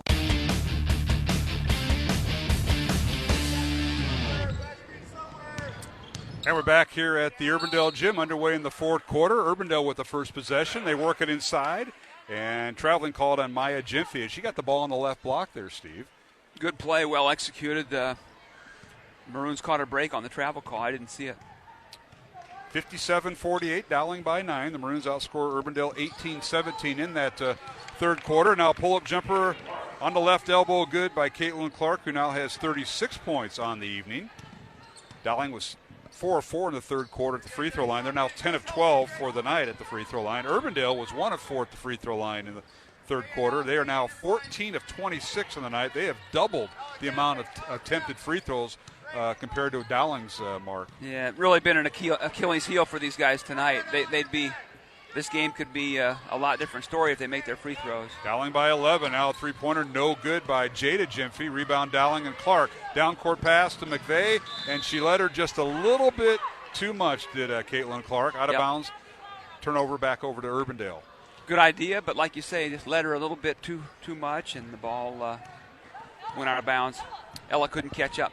Joined us late. Dowling jumped out to a 22-16 first quarter lead. Outscored Urbandale in the second quarter 17-15. Dowling led by 8 at halftime. Outscored Urbandale by 1 in the third quarter 18-17, and they lead by 9 going into the fourth quarter. Urbandale playing tonight without Kelsey Heller, one of their starters, a junior starter, out with the flu. Also out tonight, Lorraine Kua. So Urbandale dressing 13 players. Normally teams dress 15. And now here's McVeigh with a steal. Out to Clark. Caitlin down the lane, spins, shot over Gyamfi, good! She went right around Jada Gyamfi for the score and has 38 points on the evening, does Caitlin Clark. Reverse pivot there in the paint, unguardable. 61-48, back comes Urbandale, and a shot up and good by Faith Putz. Putz tonight with 12 points for Urbandale, and now Dowling with the ball. They force it inside, and it's tipped out of bounds by the Jayhawks as Maddie Lynch and Macy Gaskell check in for the Jayhawks. Going out is McKenna Cole and Anaya Hickman. Both Gyamfi sisters are in there, Jada and Maya, the senior. As Dowling inbounds the ball to McVeigh. So it's McVeigh, Gaber, Clark, Gipple, and Nai Tong. Dowling with their 5 starters on the floor right now as we're under 6 minutes left here in the fourth quarter. Here's Tong with it. Right elbow. Spins in the lane. Kicks it back out. Out going baseline is Gipple, and she throws it away. Almost hit the football coach and athletic director.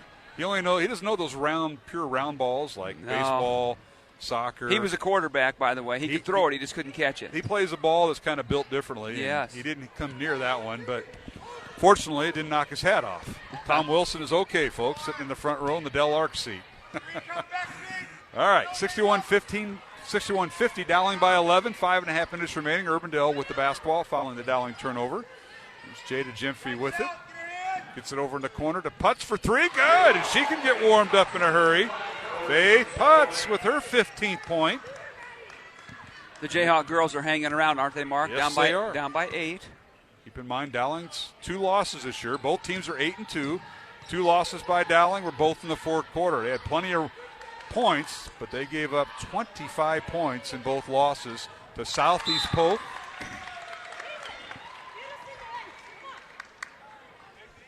and to Johnston. So keep that in mind as we progress. And another Dowling turnover as a cross-court pass going right at the Dowling bench, out of bounds. The Maroons turn over again. They lead by 8. Long 3 coming by Urbandale. It's no good by Gaskell. Rebound Dowling and Nai Tong. Mark, you were mentioning the Dowling losses. The only 2 losses on the year have come to number 2 ranked Southeast Polk and number 3 ranked Johnston. That's right. So, and before that, Dowling was ranked 2nd, and they lost games. And now underneath, the shot is up and good by Caitlin Clark through traffic. She went around one of the Gyamfis. She went around Maya and through Gaskell.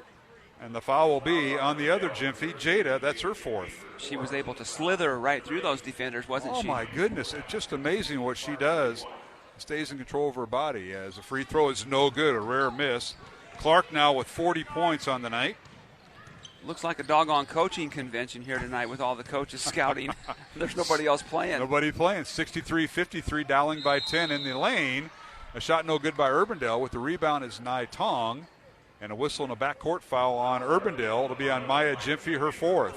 Yep, a who's who, because this is the only game in town as far as high school girls and boys basketball. None of the other CIML teams, who, by the way, were all snowed out last night due to the weather we had, did not make their games up or choose to make their games up tonight. And, it's kind of a who's who that gets some scouting in if you're a team that's playing Urbandale or Dowling. Nai Tong, the free throw line, 19 foul on Urbandale, and the first free throw no good, and it's a front end of a 1-and-1. Rebound Urbandale, excuse me. Jayhawks with it underneath. Lynch couldn't get a shot off in the left block. Good defense that time by Gaber and Tong. As Lynch kicks it back out. Now here is Gyamfi for three, and that is Maya, and it's no good. Rebound Dowling. Here's Clark. 3-on-2 fast break. Clark underneath the Tong. Layup is no good.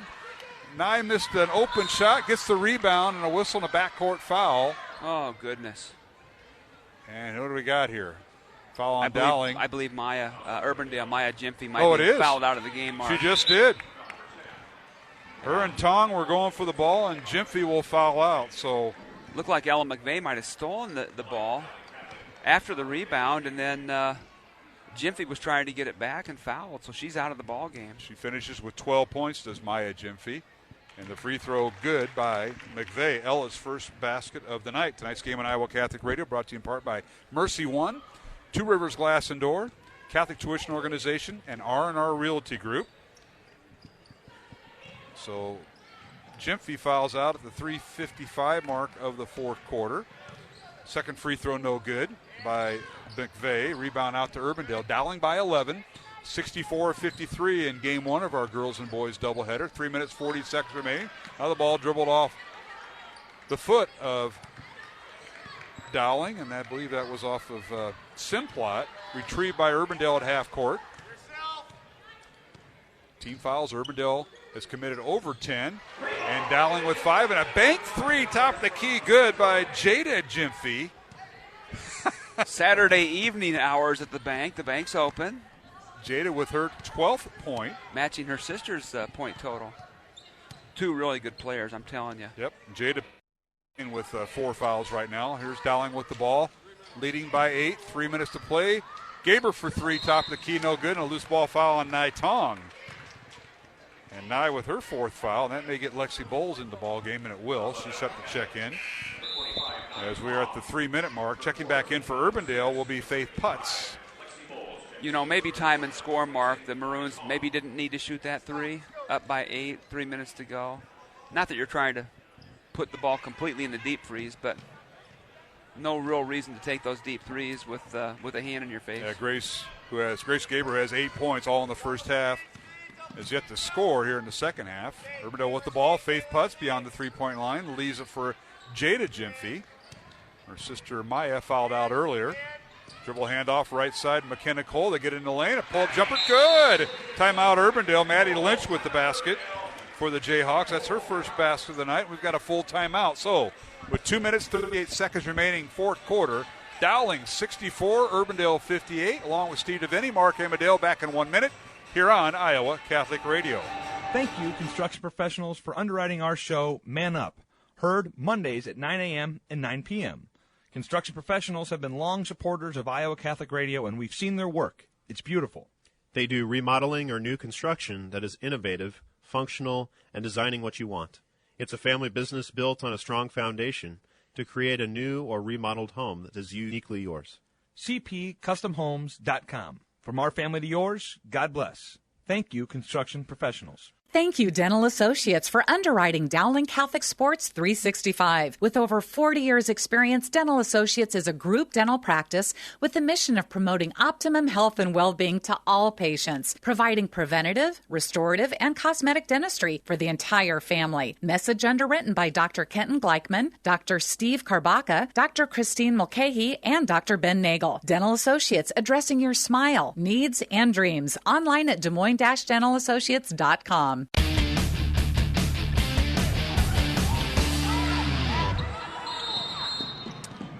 Welcome back to the Urbandale gym. Dowling and Urbandale tonight here on Iowa Catholic Radio, and 30-second timeout called because Dowling, they had to put the ball down. Dowling wasn't out of their huddle. They put the ball down, and the Maroons call a 30-second timeout so they don't lose the possession as not a good deal that time for the Maroons, but they call the timeout to save the possession there, Steve. Once again, the officials, you don't see that very often. They try to work with the teams and get them out there and set the ball down and started counting this time. So, all right, Dowling does inbound the ball. This time they get back there in pretty good shape. And now Dowling leading 64-58 here in this girls' contest. Now a whistle and a foul called on McKenna Cole. That'll be her fourth for Urbandale. And Dowling in the double bonus the rest of the night, as Urbandale has committed over 10 fouls here in the second half. Dowling with 16 fouls here, Steve DeVinny. Done a better job of not fouling in the second half. Maroons have. At the free throw line is Caitlin Clark. Hits the first free throw for her 41st point of the night. Second one on the way. Good. What a night for Caitlin. 42 points. And it's 66-58 Dowling. 8 days off did her just fine, didn't it? It sure did. Now a three-pointer by McKenna Cole, no good, out of bounds to Dowling. Well, technically both Dowling and Urbandale girls played last Saturday, and they both came away with winners. Dowling played in Chicago against the number one team, Bennett Academy from Illinois, winning there, and Urbandale winning on Saturday. Last Saturday against Council Bluffs Jefferson, 54-35, so technically just a week off. The boys, on the other hand, had 8 days off, at least Urbandale did, and now corner three no good by the Maroons. And Meg Simplot with the miss, but the ball slapped out to midcourt, and Clark comes away with it. Urbandale now just overplaying the passing lanes. They're trying to trap the ball. Clark underneath, her shot up, no good. Rebound, a backcourt foul on Dowling. Rebounded out of there by Maddie Lynch. Foul on Clark. That'd be a bonus there for 1-1 now for the Jayhawks. Caitlin was wondering where the foul was when she went in for the layup and may have gotten bumped, but nonetheless, it'll be Urbandale shooting a 1-1. And it'll be Maddie Lynch going to line. Maddie tonight with 2 points here in the fourth quarter, 0 for 2 at the line. And her first free throw is good. Tonight's game on Iowa Catholic Radio brought to you in part by Ashworth Vision Clinic, along with Construction Professionals, Dental Associates, and Kemen. Don't forget, To Me and Sons, they support and sponsor our three-point made baskets for the Maroons. 1501 Southeast First, 515-282-7976. Second free throw good by Maddie Lynch of Urbandale. Jayhawks have cut the lead to 6. It's a 6-point game. We're shooting threes again here the last time down. Well, Clark tried to lay up, and she got the no call and committed the foul, and now foul there. Right in front of us by Anaya Hickman. So Hickman took up the foul. Anaya, one of 3 seniors for head coach Kenton Tennell of Urbandale. Maya Jimphy and Faith Putz, the other 2 who both start. First free throw good by Clark. Probably not the one they wanted to foul, huh? Do you think? Gee whiz. 43 points for Caitlin Clark, 67-60 Dowling. Second free throw good, so Clark with 44 points. She's 4 of 5 at the free throw line here in the fourth quarter. Dowling by 8. And now here's Jada Jimpy for 3. Good, right from the top of the key. Timeout Urbandale. Heck of a shot out there. Heck of a shot. So Jada Jimpy. Quick with timeout. 1, 2, 3, 4, 5th three-pointer. And she has 15 points. And it's 68-63. Dowling by 5. 1:15 remaining here in the fourth quarter. 30-second timeout. We'll keep it here. Once again, our thanks to Two Rivers Glass and Door, Catholic Tuition Organization, R&R Realty Group, and Mercy One, supporting our contests and broadcasts all season long. Up next for Dowling, we'll return to action back to the Tuesday-Friday scenario as we've got, if you go to iowacatholicradio.com under Dowling Catholic Sports, you'll see our schedule, and it's basically Tuesday-Friday all the way through February, Steve. And next week, it's Ames and Waukee, or rather Ankeny and Ames coming to Dowling. Ankeny game on Tuesday night and Ames on Friday night. The following week is, as Coach Michael Conner said at halftime, we talked to him, It's Waukee and Johnson for a Tuesday, Friday, and those will be ranked teams in both the girls and boys. So what a week that'll be. That'll be really good matchups. Again, Dowling home for the next 4. Maroons inbound the ball. Clark with it. Gets to Gaber. Dowling playing keep away here with 65 seconds remaining. Grace, a very good free throw shooter in her own right. Urbandale trying to deny Clark, which they've done. Now Grace just dribbles under the basket. Gets to McVeigh, back to Clark. Caitlin with it and draws the foul. This will be on Faith Putz. That'll be her first. Believe it or not, her first. How could any She's starter the in this only game? one. How could on any the of the court, starters not have a foul? But for either team, and Faith picks up her first. 68-63, Dowling by 5 with 53.8 seconds remaining, and Caitlin Clark back to the line. And her first free throw is good. Caitlin with 45 points on the night. What's her career high? Do you know, Mark? I don't have all the records It and all was that. the Mason City game. You have to ask the guy to your right, Mr. Kevin Oddie. He might not The know. recently retired guy. Yeah. Second free throw good by Clark. She now has 46. A year ago, she had over 60 and was not too far away from a state record, but they pulled her out of the game in the win. And now Urbandale with the shot in the lane, no good. Rebounded by Jada Gymphy, and a putback up and good by Jada. She now has 17 points and a timeout Urbandale. 30-second timeout. We'll keep it here. 40 seconds remaining.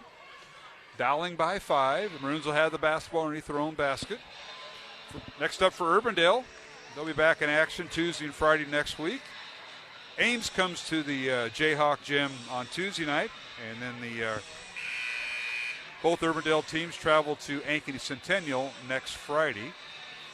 They'll follow that up with a non-conference game at Indianola on January 21st, and then home against the Ankeny Hawks on January 24th. So for Urbandale, it's Ames, Ankeny Centennial, Indianola, and Ankeny. The next 4 games on their schedule in January. Dowling will inbound the ball. Full court pressure by Urbandale. They get it to Clark, who splits the double team. In the front court goes Meg Simplot. Leaves it for Gaber. Grace with it. She's being double teamed and draws the foul on Faith Putz. She's the one that has fouls to burn. And free throws coming for Gaber. So for Dowling at the free throw line, Clark an 80% free throw shooter, Gaber 66%, and Lexi Bowles at 66%. Those are the top free throw shooters for the Maroons, and Gaber gets a shot here, Steve. Eyes the bucket, and the free throw rolls off the rim, no good. Grace 1 for 2 tonight at the free throw line. Or check that.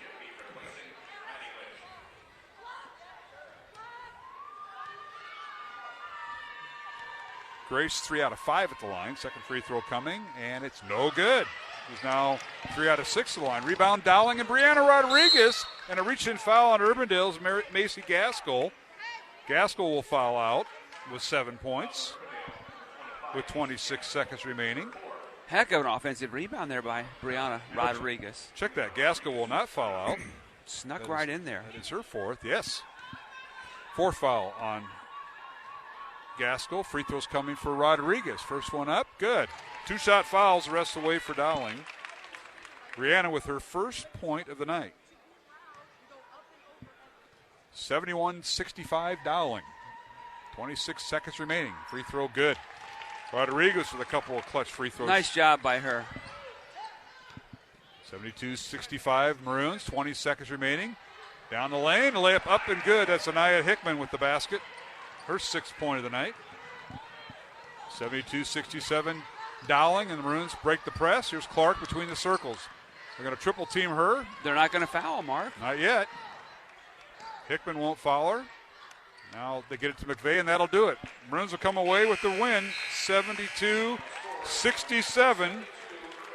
over Urbandale to extend their winning streak to 19 in a row over the Jayhawks. As Dowling now improves its record to 9-2 on the season, Urbandale will fall to 8-3.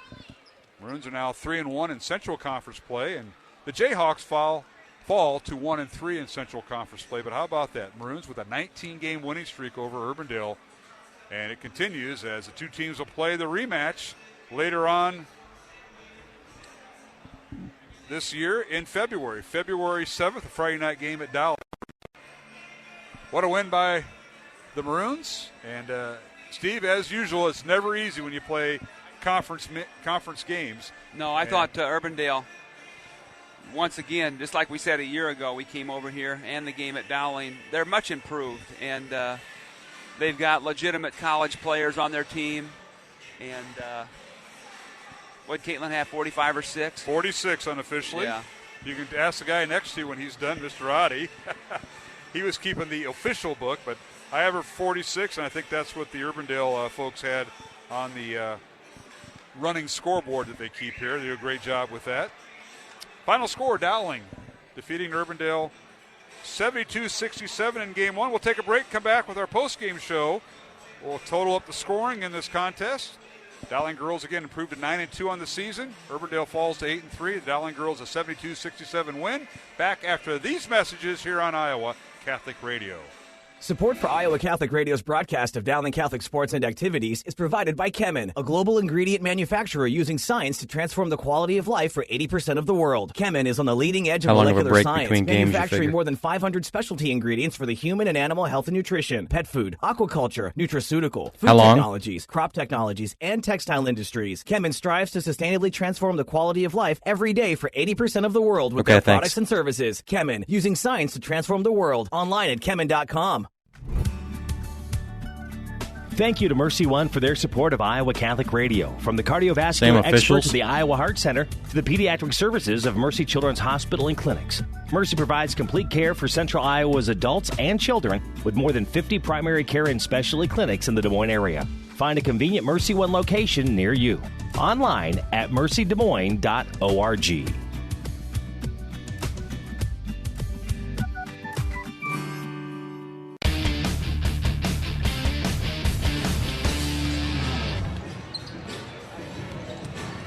And welcome back to the Urbandale Gym. Mark Amadale alongside Steve DeVinny as final score in this girls contest. Dowling girls defeat Urbandale 72-67, Steve, as Maroons now improve their record to 9-2. Urbandale falls to 8-3.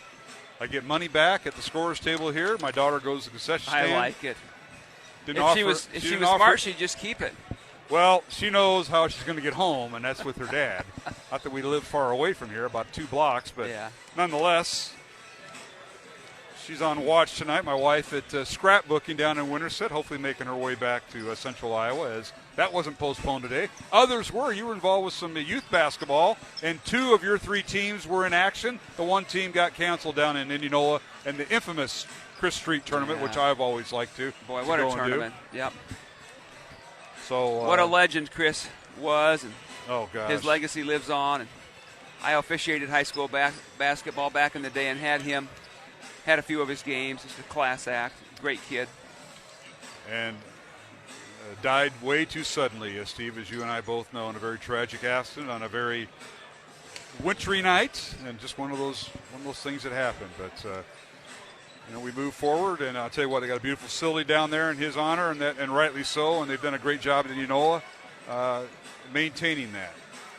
So we appreciate that. And then another one of their favored sons, Casey Blake, and his wife Abby threw some more money their way, and so the middle school over there is just a beautiful facility. It certainly is. All right, take a look at the scoring. We got the Bird. Oh my goodness! We got Gary Birdwell is going to sit in, who teaches here at Urbandale, but he used to coach boys and girls basketball here. He's now the assistant boys track coach. And you mix him in with the Dowling group and the Dowling coaching staff. Pat Henkinius in his first year as a Dowling boys sophomore coach teaches here at Urbandale and coached here many, many years as a sophomore in varsity level. So we're bringing him gradually in from Urbandale, Steve. Yeah, well, it's a really good coaching get for Coach O'Connor to get Pat to coach his sophomore group, and really good guy, really good coach. His ball club's having a good year. Absolutely. This year. Yep. All right, let's take a look at the scoring totals from the girls' game. Again, the Dowling girls a winner 72-67 over Urbandale. And Dowling was led by Caitlin Clark with 46 points tonight. She was followed by Emma Gipple and Grace Gaber with 8 points each. And then rounding out scoring for Dowling, Lexi Bowles off the bench with 4 points. Nai Tong with 3 points. 3 points off the bench for Julia Moore. and 2 points for Brianna Rodriguez and 1 point for Ella McVeigh. Dowling went 17 of 24 at the free throw line. For the Urbandale Jayhawks, they were led in scoring by Jada Jimfee, the 6'2 sophomore, with 17 points tonight. She was followed by her older sister Maya with 12 points. Maya fouled out with 3:55 remaining in the fourth quarter. And then single-digit scoring for Urbandale, led by off the bench McKenna Cole with 7 points. Macy Gaskell with 7. Gaskell got the start tonight for the illness to Kelsey Heller, battling the flu, and Macy got the start, pitched in 7 points. And 6 points for Anaya Hickman and 4 points for Maddie Lynch. And I failed to mention Faith Putz tonight. She had 6 points at halftime. She finished with 15 points. Somehow avoided the score sheet here for some reason, but she finished with 15. So Jada Jimfee with 17, Faith Putz with 15 points, and Maya Jimfee with 12 points. 3 players double figures for Urbandale. Jayhawks went 16 of 28 at the free throw line. So in all, Steve, Urbandale had 14 more free throws attempted in the first half. And in the second half, Dowling kind of matched that and got it back to a 28-24 difference at the free throw line. Urbandale making 16 free throws, Dowling making 17. All in all, that all shakes out. Well, Urbandale just didn't shoot it real well from the free throw line all night. They did shoot it a little bit better in the second half, but it was all Caitlin Clark tonight. We sort of take it for granted having sat here for the last 4 years, but, I mean, somebody scores 46, you should be looking up records, and it's sort of, I don't want to overemphasize this, but it's sort of ho-hum, when she goes off like that. Well, she's just that good. She matched her scoring average of 33 points and then some. Yeah. So, all right, Steve DeVinny, thanks for sitting in. Thanks, sir. We'll see you Tuesday night as Dowling takes on Ankeny for the second time this season. Home game. And it's home at Dowling. Maroons are home the next 4 games next week. Home on Tuesday and home on Friday. Ankeny, on Tuesday and Ames on Friday. And then the following week it's Waukee and Johnston. So we'll get you all rested up. You take care. Thank you, sir. Grandpa Steve DeVinny, thanks for joining us. You got it. Steve DeVinny, my broadcast partner. We'll take a break and come back. Gary Birdwell makes his airwaves here on Iowa Catholic Radio, his debut. And we'll visit with Coach Birdwell and more as we preview the Dowling boys game coming up. The Dowling girls are winner tonight, 72-67 over Urbandale. Back in 1 minute for the boys pregame here on Iowa Catholic Radio. Support for Dowling Catholic Sports is provided by Two Rivers Glass and Door, creating commercial glass and aluminum storefronts. Also serving your home needs by creating custom frameless shower doors, mirrors, glass tabletops, and specialty glass. Two Rivers Glass and Door. Design, fabrication, and installation. 515-222-4860. Online at tworiversglass.com. Two Rivers Glass and Door. Serving imaginations since 1992. Thank you, R&R Realty Group, for supporting Dowling Catholic Sports 365. R&R Realty Group is an Iowa commercial real estate owner and developer that provides services for all commercial real estate needs, including brokerage, interior space planning, real estate management, construction, and more. R&R Realty Group has been accommodating business expansions and real estate solutions since 1985, solving commercial real estate needs. R&R Realty Group, establishing long-term relationships built on trust. The home and away voice of Dowling Catholic Sports and Activities, Iowa Catholic Radio. KWKY Des Moines, K233BT Des Moines, KIHS Adel.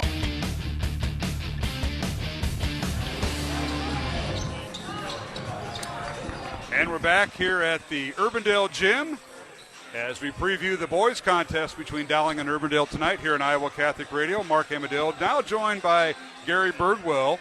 Gary, a longtime coach here at Urbandale, coached the girls and the boys teams at one time, and also currently the assistant boys track coach here at Urbandale. And Gary, I want to thank you for sitting in tonight. Welcome to Iowa Catholic Radio. And folks, you're in for a treat with this guy because we used to coach against each other at one time, and then he went over to the girls' side, and I don't know why he decided to do that, because then I say that, and I went over to the girls' side. The young lady sitting behind you in the first row, I had a chance to coach my daughter, and so you've been on both sides, and tonight I'll bring you back for the boys' side.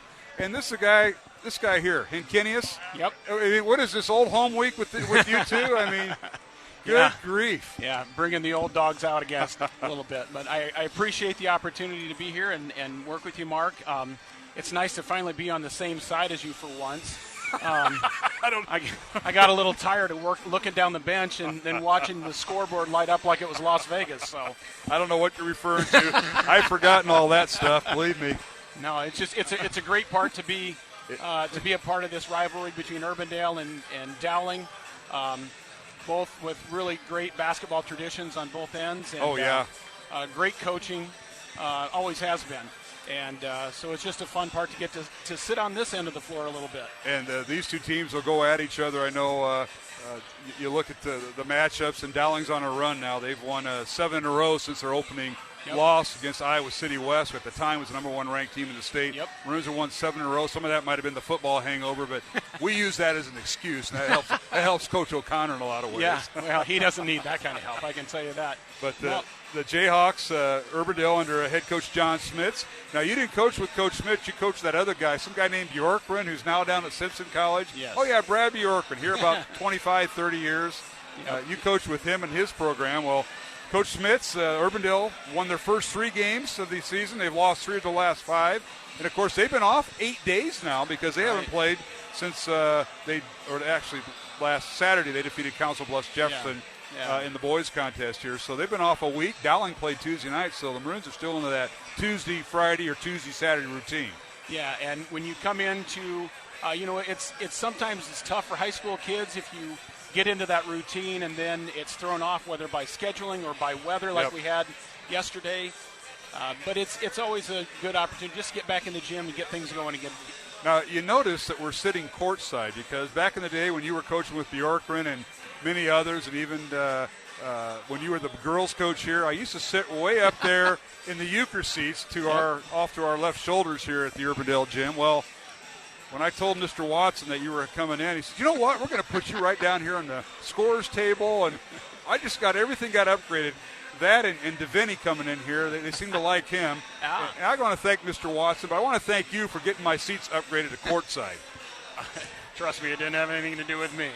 So, no, I actually came in up to the top level there and was kind of shocked when I didn't see that we were set up there. So, yep, we got upgraded, so now we're courtside right next to the Dowling bench here at the South Gym. Yeah. And what do you think about this matchup? I know I only gave you about 24 hours to get prepped because when Coach Swaim said he couldn't be here tonight when we made up the game from last night to tonight, you fired right off. I know you checked with your lovely bride, Kathy, and daughter at home and said, hey, I can do this, and I appreciate that. Well, it's a return to radio for me from about 35, 36 years ago when I worked at a local radio station back in Iowa Falls when I was in high school. And really? Yeah, I always loved radio, so this is a lot of fun. But, yeah, it's going to be a great matchup tonight.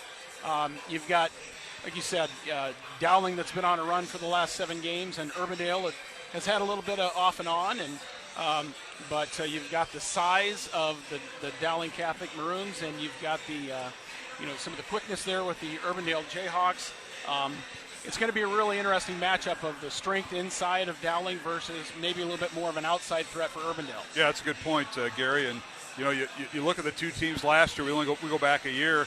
And Dowling won the first game here 60-40 back in that December matchup. And then at Dowling, the Maroons held off Urbandale 42-35 back on January 11th. So the Maroons won both games last year, but you can throw all that out because of graduation, the team changes. Right. But that's just something to kind of note. And it's always a well-played game. And Coach Smith probably has one of his best teams that he's had here at Urbandale. So I know John's got to be pretty proud of this team. And this is his 5th year. It's hard to believe. Coach Bjorkgren's been retired from here 5 years, but Coach Smith's entering his 5th year. Urbandale's been doing a lot of good things. They're putting up some good numbers. And when you look just at the numbers, you're looking at a Urbandale team that averages just under 60 points a game versus Dowling that's averaging just under 55 points a game. So, on paper, this looks like it's going to be a heck of a matchup tonight. Yeah, it certainly does. Let's take a look at the rankings before we go to our starting lineups. Waukee is the number 1 ranked team in Class 4A. These rankings come out every Monday from the Associated Press, followed by Dubuque Hempstead at number 2. Sioux City East is 3rd. West Waterloo is 4th, and Ankeny Centennial 5th.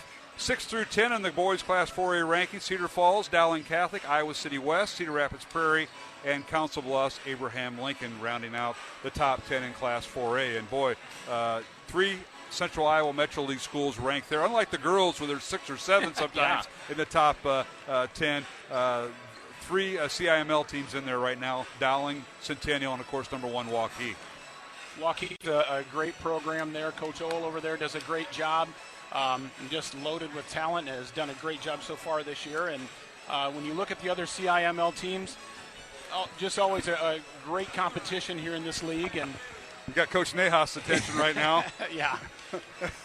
Another guy that used to beat up on me when I was coaching against him back in the day when coaching we used the boys. To team up together, and then certain games he'd have that Cub convention, so he'd have to leave. He always left the week we played you, that week.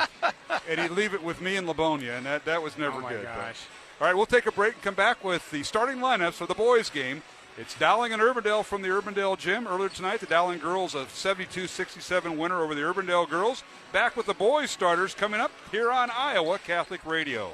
Thank you to Me & Sons for your support of Dowling Catholic High School basketball. To Me & Sons is an Italian family restaurant with old country authentic Italian food. Enjoy the local atmosphere where you may even spot a priest, politician, or even Willie Farrell. Take advantage of To Me & Sons bocce ball court with the kids while enjoying Tomia's homemade bread, pasta, and real Italian homemade desserts. To Me & Sons is located on Southeast 1st Street, just south of downtown Des Moines, and around the corner from Graziano Brothers. 515-282-7976. ToMeandSons.net. This is Gloria Purvis, host of Morning Glory. Gosh, I wish they had Catholic radio when I was growing up. It would have been a source for me to learn more about the faith. When you pledge your support, you make it possible for this station to carry programs like Morning Glory every morning. No matter the amount, your gift works to make a difference for you, for others, and for the future of Catholic radio. Prayerfully consider making a gift right now. You can give securely online at iowacatholicradio.com, the Iowa Catholic Radio app, or call 515-223-1150.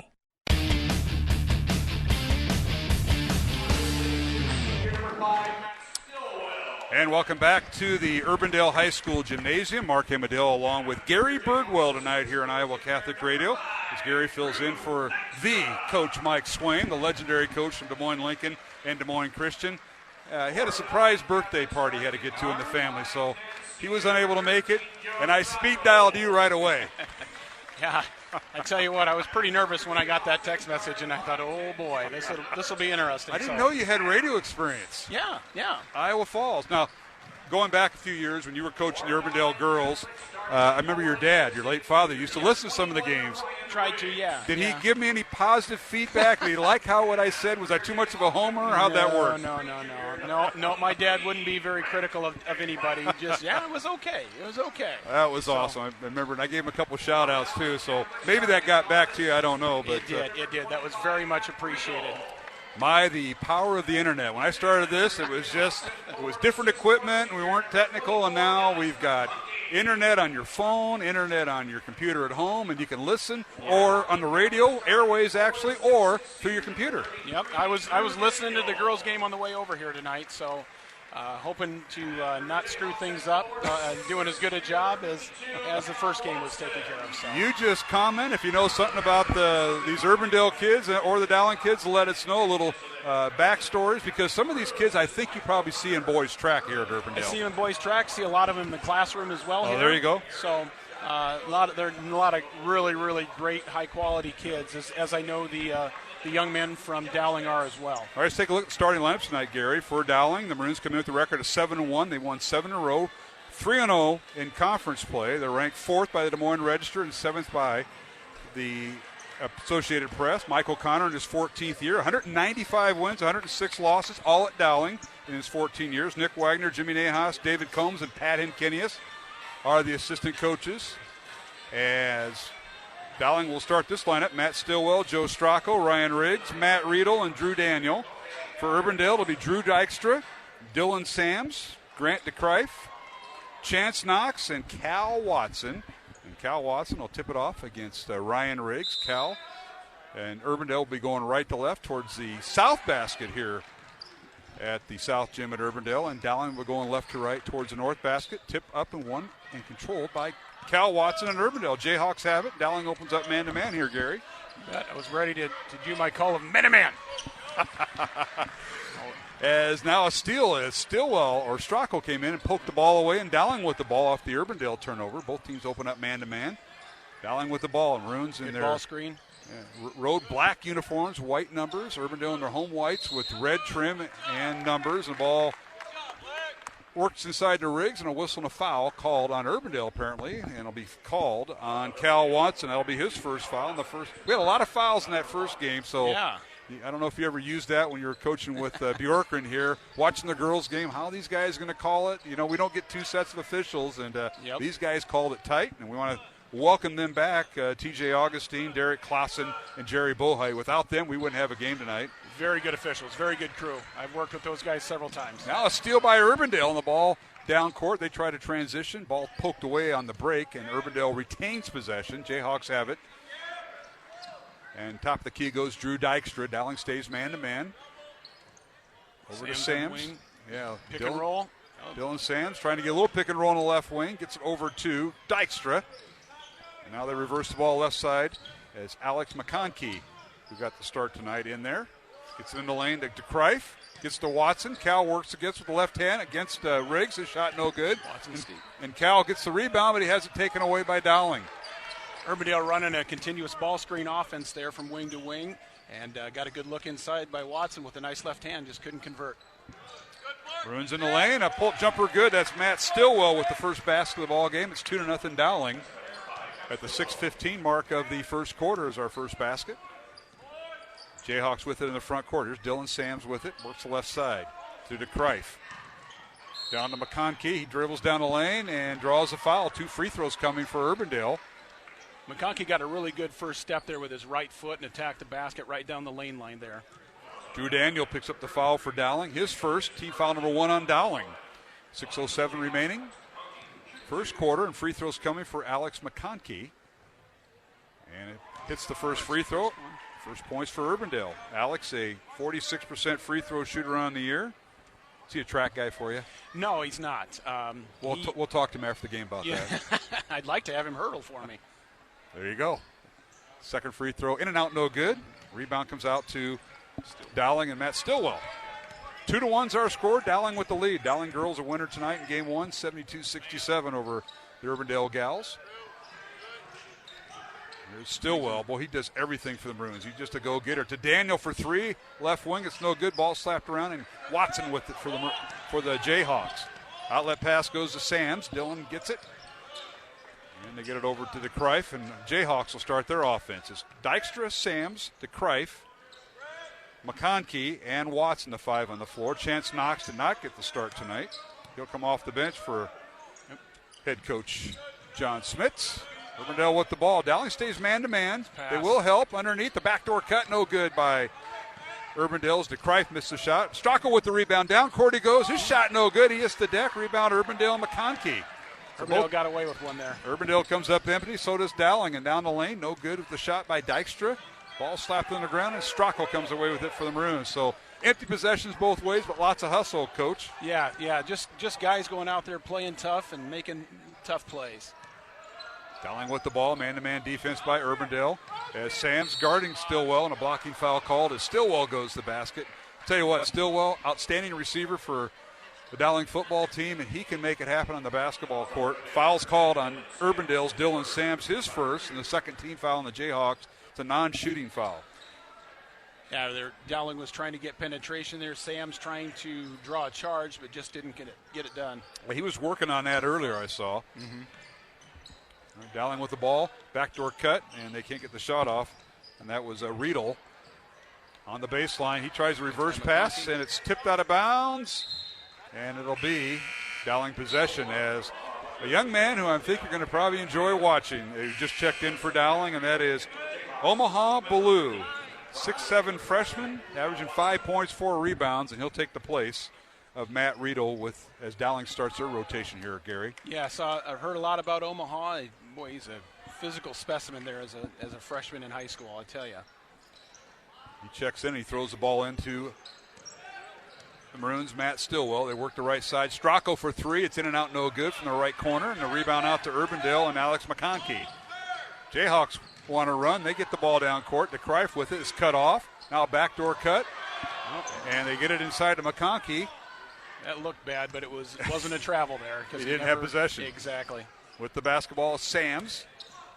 Urbandale run their offense against Dowling's man-to-man. Our score is 2-1, Dowling. It's amazing we can agree on calls now. About 15 years ago, we wouldn't have agreed on one stinking thing. We always wanted something. In the lane, McConkey with the shot's no good, and he draws the fouls. He tried to get the rebound on the missed shot. So on Alex, that'll be his first. Both teams going through a little period of trying to feel each other out, trying to understand what's going to work for them in terms of their offensive sets.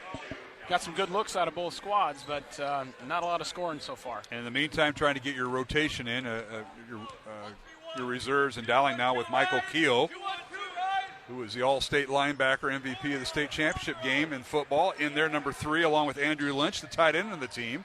They check in, and now Ballou has the ball on the baseline, has it poked away, and a whistle and a reach-in foul on Urbandale. And this will be the 3rd team foul on Urbandale.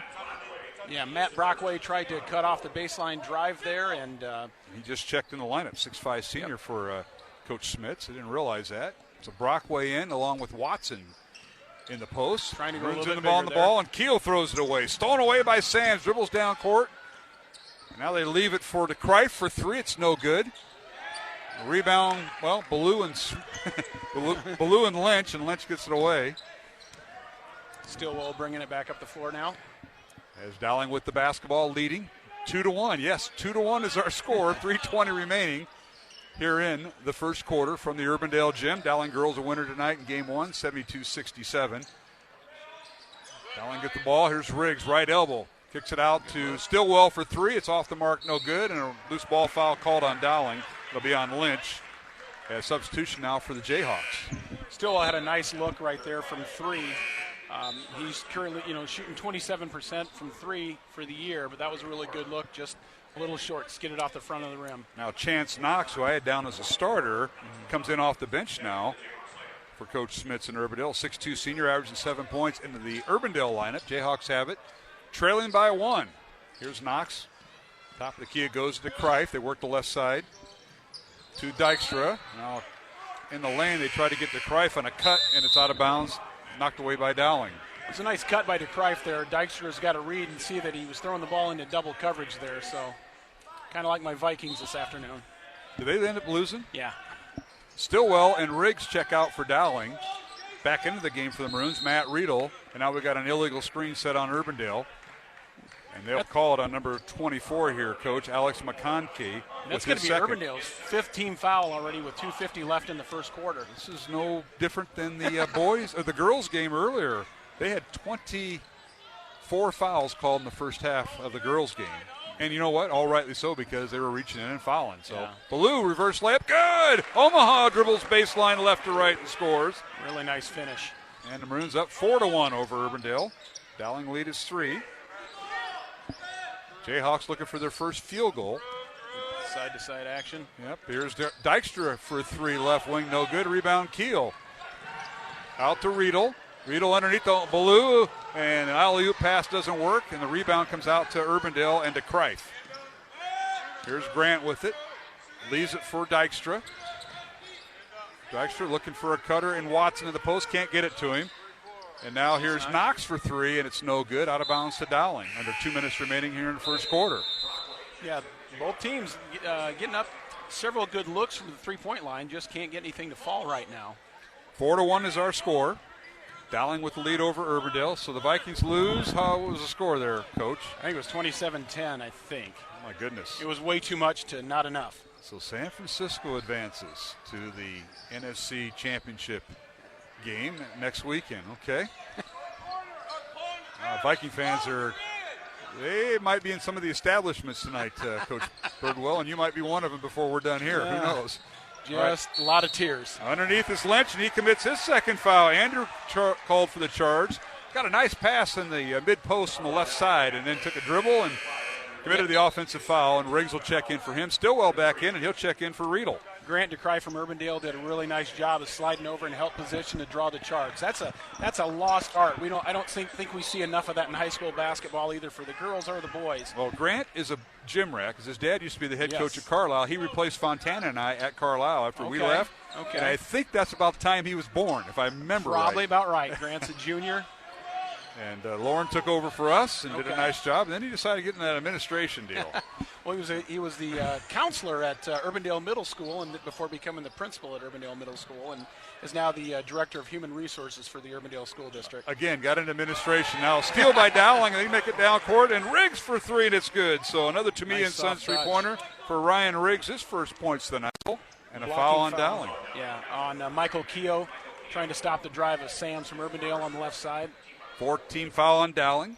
As you mentioned earlier, Coach Birdwell, 5 on Urbandale. So we've got 9 fouls with a minute remaining here in the first quarter. Inbounds play, and they can't get it to fall. Sams with the shot, no good. Outlet pass to Riggs, and they overthrew him. So both teams with empty possessions. Had 2 Omaha and Riggs there on the transition.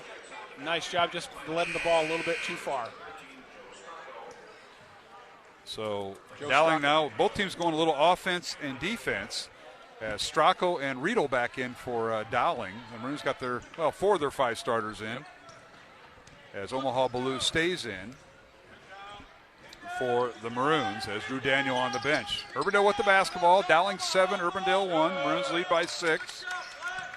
Dowling's really doing a nice job of guarding screens off the ball here and denying pressure, forcing Urbandale a little bit higher off the ball. This is DeCrife with it. You can't get a shot off. Good defense that time by Riedel. Maroons coming off a win over Hoover, 42-27 on Tuesday night. Urbandale coming off a win last Saturday over Council Bluffs Jefferson, 69-40. Jayhawks with it. This is Brockway in the lane. On the block, cut off by Ballou. Gets it out to Sands in the lane, spins around. His shot no good, and a loose ball foul called. On Dowling, it looks like. A holding foul. Might be on Riedel. I think you're right. We'll see what our official says. And it is. So Riedel with his first foul.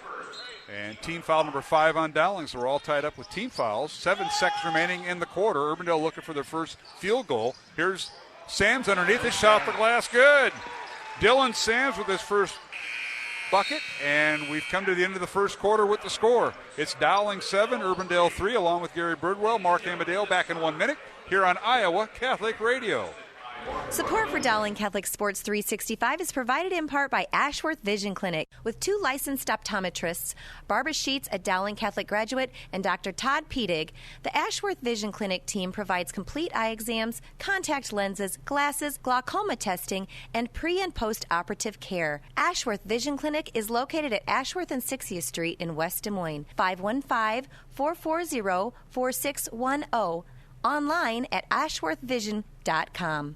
The Catholic Tuition Organization provides the best tax savings over any other charitable giving in the state. 65% of your contribution directly reduces your Iowa income tax liability. Plus, there are still federal deductibility options to further save on taxes. Find details online, ctoiowa.org. All this for the kids and their future.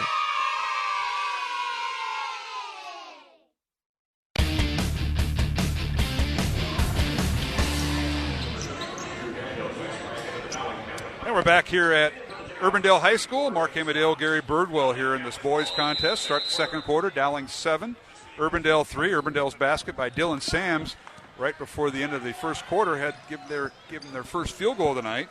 Alex McConkey went 1 for 2 at the free throw line, as that's what Urbandale went in the first quarter. Dowling with the ball to start the second quarter. Drew Daniel gets a start. Three-pointer up. Good.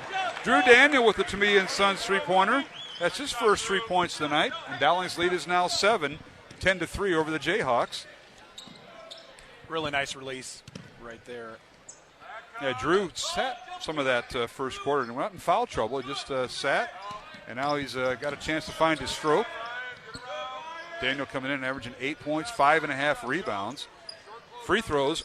Dowling did not shoot a free throw in that first half, even though Urbandale got in foul trouble early. Maroons never came out with a field goal or free throw attempt, Gary. So we'll keep an eye on that.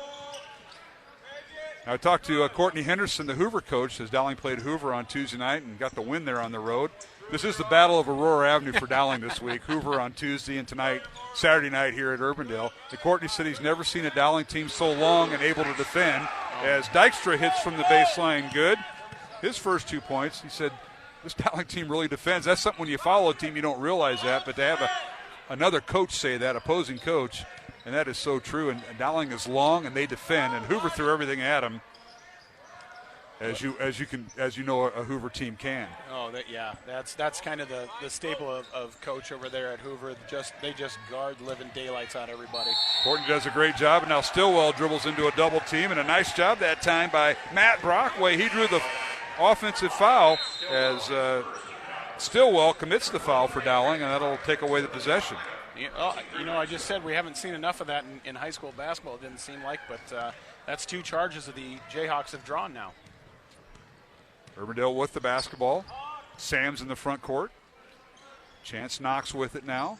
Also in the lineup for Urbandale, Matt Brockway. And they working inside, and a shot off the glass good by Knox. He did a nice little flash to the left elbow. Nice job of getting it off the glass there and converting. So Knox with his first 2 points. Dowling the other way quickly on the baseline. This is Stillwell. Skip pass over to Stracco. Deflected by Dykstra, and now whistling a foul on Urbandale, and they might get Sams for this. He's trying to get around him. And we'll see as our official TJ Augustine, Derek Clausen, and Jerry Bohe are 3 officials, and the foul is on Urbandale's Dylan Sams. That'll be his second. He'll come out of the lineup, and Dykstra will replace him. Dowling's really attacking that baseline area and looking to get skip passes, looking for good open 3 opportunities. Omaha Blue checking in for the Maroons as he comes in for the second time tonight. Dowling 10, Urbandale 7, 5:45 remaining, second quarter here at the Urbandale Gym. Glad you could join us here on Iowa Catholic Radio. Jeff Piggott is our studio producer. Mark Amadale joined tonight by Gary Birdwell, former girls and boys coach here at Urbandale. Sitting in for Mike Swaim tonight. Good defense here by the Jayhawks. Dowling running their man offense. Stracco in the lane, and he draws a foul. And they're going to get a reach-in foul that time on Knox, if I'm not mistaken. Yep, Knox tried to step over and help on the drive there and just got called for the reach. So 17 foul on Urbandale, a non-shooting foul, and free throws coming for Joe Stracco. We've nicknamed him Fourth Quarter Joe because he has no points usually until the fourth quarter and then look out. And his free throw's no good, so I did the announcer's hex right there on poor Joe. Free throw no good. Went to school with his dad. They were all hockey players, but Joe was playing basketball. Now in the lane, a shot no good by DeCripe, but he drew the foul. A couple of Dowling players flung at him, and one of them fouled him. That'll be on Drew Daniel, his second. DeCripe had a great attack from the wing right there. He got to the rim in a dribble and tried to finish, but 3 guys rotated over, and they got 1 for a foul. Grant DeCripe, averaging 7 points. A 71% free throw shooter, misses the first free throw. He's a 6'3 junior. His dad, a longtime boys basketball coach. Came from Northwest Iowa. Remember when he replaced Coach Fontana and I at Carlisle. I know they came up from one of those, like it's Pella North, as I like to call it. Second free throw by DeCrife, good. That's his first point. 10-8, Dowling by 2. Urbandale putting on a little full court pressure here. Just trying to change tempo. Here's Ballou with it. Omaha in the lane. And he draws the foul. Shot blocked that time by Brockway, but he drew the foul. And 2 free throws coming, Coach. And that's going to be Matt Brockway's second foul. Again, a good strong take by Ballou there. Caught the ball on the right wing and one hard dribble with the left hand to the lane. Now free throws coming as John Smits wanted an explanation from TJ Augustine about the call. Probably more body than the block shot. I think he got him with the body. First free throw by Omaha Ballou, good. That's his third point of the night. Ballou shooting 58% from the free throw line on the year. Just a freshman. Second free throw long, no good. Riggs with the rebound, and he puts it through. He went right around Matt Brockway for the putback. Dowling coming back with some full court pressure on their own. Urbandale started it, don't forget. Yep. 1-2-2 zone press here. Now the Jayhawks get it across the timeline. Here's DeCrife with it. Nice job. They didn't bounce it once. In the lane, shot by Knox, no good. Rebounded by Brockway. His putback, no good. Might have been partially blocked by Ballou. Outlet pass goes to Stillwell. Dowling running the other way. Shot up, no good. Ballou with the near rebound, but he puts it in the hands of Riggs, and Dowling with the ball, leading by 5. A little bit more physical now. A little bit. Oh. Underneath Riggs, a jumper, not a jumper, a leaner that's good with the right hand from the left side. Riggs with 7, and it's 15-8. The tempo is picked up a little bit with this full court pressure by each team. Dowling backs off after the ball crossed the half court, back into a man-to-man. When you pressure somebody, it seems like scoring comes in chunks, and now the Maroons back off the press. Three-pointer no good by Dykstra right in front of us to the left. And the rebound, Dowling. Lead pass down court to Stillwell. His shot with the left hand, no good. And the rebound to Kreif. Grant with it for Urbandale. Leaves it for Dykstra. In the corner it goes to Knox. Mishandled the dribble, drives the lane, and drew the foul. Yeah, Knox was looking for the 3 there and going up a little bit too quick before he had the ball and lost it, and then attacked the basket and drew the foul. Foul's on Stracco. That'll be Joe's first. Free throws coming for Urbandale and Chance Knox. Knox 2 points tonight off the bench for the Jayhawks. First free throw is no good. Stracco will check out. Michael Keel will check in. Matt Stillwell will check out. And the other Daniel will check in. Simon Daniel, number 23 for the Maroons in the lineup. So Urbandale will stay with Cal Watson and Knox in the post. McConkey just checked in as well. Ah, that's the other one. Free throw. Second free throw good by Knox. He's got 3 points. Now we got a timeout on the floor. And we'll keep it here. 30-second timeout with 3:49 remaining here in the second quarter. Dowling 15, Urbandale 9 here on Iowa Catholic Radio. I want to thank Ashworth Vision Clinic along with Construction Professionals, Dental Associates, and Kemen for supporting all our broadcasts here on Iowa Catholic Radio. And our thanks to Tamia and Sons. You ever been there, Gary? No, Des Moines South Side? You got to take your lovely wife, Kathy, since she let you out of the house tonight. Take your family there. Tell them I sent you. Okay. Charge it to Swaim's account, and you'll be good. Breaded ravioli, cheese sticks, spaghetti, cavatelli, my favorite pasticina, or you can order off the menu the JoJo special, and they'll know what what you're talking about. That sounds great. They'll say you've been hanging out with Amadale on a Tuesday or Friday night or Saturday night. You know, you talked earlier about teams picking up full court pressure. They do that to kind of get the kids going a little bit more in a game rather than just kind of settling and the scoring is picked up. Yeah, you're right. And both teams playing tremendous defense, and that does get stagnant for the offense. So full court pressure, a little different look. Dowling comes out of the timeout leading by 6. Maroon's biggest lead has been 7. Urbandale in a little matchup zone, little 1-2-2. What is this, Gary? It looks like a 1-2-2 kind of a version. All right, Keel will take the shot, top of the key, no good. Omaha Ballou had the rebound and lost it into the hands of Urbandale and Grant DeCrife, who's been all over the place tonight. Seems like where the ball's been, Grant's been. DeCrife in the lane has the ball stolen away by Keel. Why not? The leading defender in football does it in basketball. Dowling with the forced turnover. Now Ballou on the baseline. Underneath the Riggs, stolen away by who? DeCrife. Urbandale running. DeCrife in the front court, 1-on-3. He'll wait for the rest of his team. And now a long 3 in front of us. Up and no good by Alex McConkey. Rebound Dowling and Keel with it. 15-9, Dowling by 6. 2:45 remaining, second quarter. Ballou with it.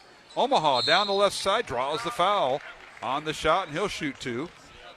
Attack that left lane line, and Blue's so long and so strong he had a step, and Watson slid over for Urbandale to try to help out and reached in and got the foul.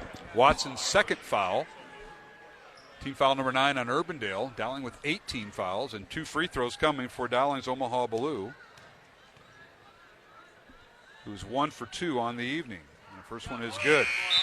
Tonight's game on Iowa Catholic Radio brought to you in part by our good friends at R&R Realty Group, Catholic Tuition Organization, Two Rivers Glass and Door, and Mercy One. Always like coming to Urbandale, and the voice of the Jayhawks here in the gym, Joe Hammond, does a super job. His son is running the music tonight, and they do a super job. Always enjoyed that coming here, Gary. Yeah, Joe is one of the nicest people on the planet. Just a quality individual. You know, his kid went to Dowling and graduated there. Yeah. I just wanted to kind of point that out to some of the Urbandale staff. Now Dowling in transition, and Stillwell had it. Tried to feed Keel, and he overthrew everybody. And out of bounds, a turnover. Goes over to Urbandale. Trying to throw that in, but Hammonds are a great – you got a good one here. And Joe start working some of the postseason stuff for I believe it's the boys he helps with. They do their webcasting all rounds of the state tournament, and he's been in there doing that. And I think he's doing some of the girls too, and just a great talent. Does stuff for the Iowa Cubs as well. Yes, he does. I'll text him when I had a game and, just say, are you here tonight? And you say, yeah. And then about third inning, he'll start announcing people, and guess who's here? He thinks he's Harry Carey. Yeah. Urbandale with the shot in the lane. Good by McConkey. That's his third point of the night. Really nice back cut there for the finish. Check that. They've got him for 5 on the night. And it's 17-11. Dowling by 6. Maroon's largest lead has been 8. Dowling. Minute 30 remaining in the half. Go ahead, Gary. No, just Dowling really being a little bit more patient here. Urbandale with that zone. They lob it inside to Ballou, left block. Now he's under the basket. His reverse layup, no good. Gets his own rebound. Bodies on the floor, and Watson comes away with the rebound. Good job by Urbandale. Watson and McConkey doing the dirty work. And Ballou keeping that ball alive, but not for the third time. Jayhawks have it. 65 seconds remaining in the half. At halftime, we'll be joined by some members of the Dowling girls basketball team who are a winner tonight, 72-67 in game 1 of our doubleheader. Now, nice pass from DeCryfe underneath, and they work it. And its shot is up and good that time by Dykstra. That's his 4th point. 40 seconds remaining. Dowling by 4. So Urbandale has cut the Dowling 8-point lead in half. Keel in the lane has the ball poked out of bounds. The way Urbandale's working things right now, they're spread out a little bit more, and they have their players higher up on the floor to kind of counter the size that Dowling has. And they've been running a lot of back cuts, and they've been able to get good passes inside for the finish. Out of Urbandale's 13 points, I'll bet half of those or more have been on those back cuts. Yep. And that last one got Dykstra open on the nice pass that time by DeCryfe. Jayhawks stay 2-3 zone. Dowling inbounds the ball. 30 seconds remaining. We got an illegal screen called on Omaha Ballou. So Dowling with an offensive player control foul. Ballou's first foul. They tried to run and quickly reverse the basketball to the right side of the floor, and Blue was trying to set a screen to open up a shooter and just was moving his feet. And Derek Clausen, the official, doing a good job explaining that to Omaha. He's just a freshman and saying, what did I do? And believe me, he'll take feedback. Good kid, plays with a lot of heart. And Jayhawks now a chance to tie the score at halftime. It's Dowling 16, Urbandale 13 here on Iowa Catholic Radio. Knox with it for Urbandale. They're going to hold for the last shot. Possession arrow favors Urbandale. Try to get a 2-for-1 possession here going into the second half. Absolutely. Sands with it, coming off a ball screen by DeCryfe. Now DeCryfe inside, leaves it underneath. The shot partially blocked by Ballou as the half-court shot is no good. McConkey shot partially blocked, and we go to halftime with Dowling leading Urbandale 17-13 is what they put up now. They've changed the score. I wonder what the Dowling coaches were talking about. The scoreboard was wrong, and they got it fixed. So 17-13.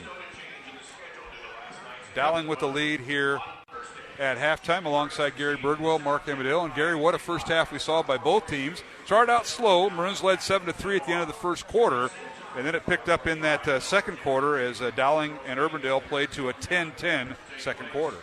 Yeah, both teams are getting pretty good shots and good spots for each team on the floor. The last couple of times Urbandale has tried to, again, keep working those back cuts, and they've missed a couple, but they've got a lot of good looks at the basket. Yes, they certainly have. As we'll go to halftime with Dowling leading 17-13 over the Urbandale boys here in Game 2 of our doubleheader. Dowling girls a winner tonight, 72-67. We'll take a break and come back with our halftime guest, head coach Kristen Meyer of the Dowling girls basketball team, and Brianna Rodriguez will join us here also tonight. We'll be back with more after these messages here on Iowa Catholic Radio. Thank you, Construction Professionals, for your support of Dowling Catholic Sports 365. Construction Professionals is a family-owned business dedicated to our customers. Whether designing, building, or renovating, we are here to better serve you. Our passion for quality craftsmanship, paired with our dedication to creativity, result in a home that reflects your personality, style, and family function.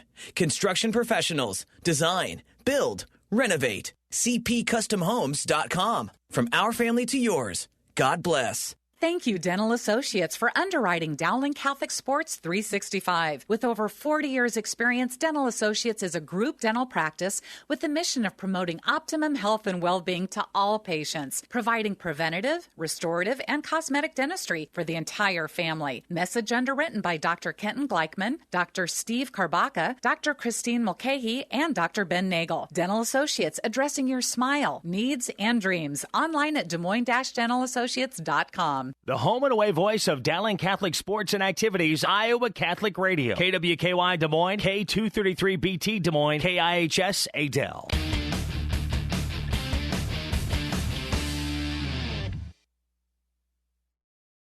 The Urbandale Gym, Mark Hamadale, Gary Birdwell here at halftime. Dowling leading 17-13 in the boys contest, but joined now by the head girls basketball coach at Dowling, Kristen Meyer. She brought along a guest, Brianna Rodriguez of one of the many Rodriguez and Keanu and McVeigh clan. And Coach Meyer, thanks for joining us here at halftime.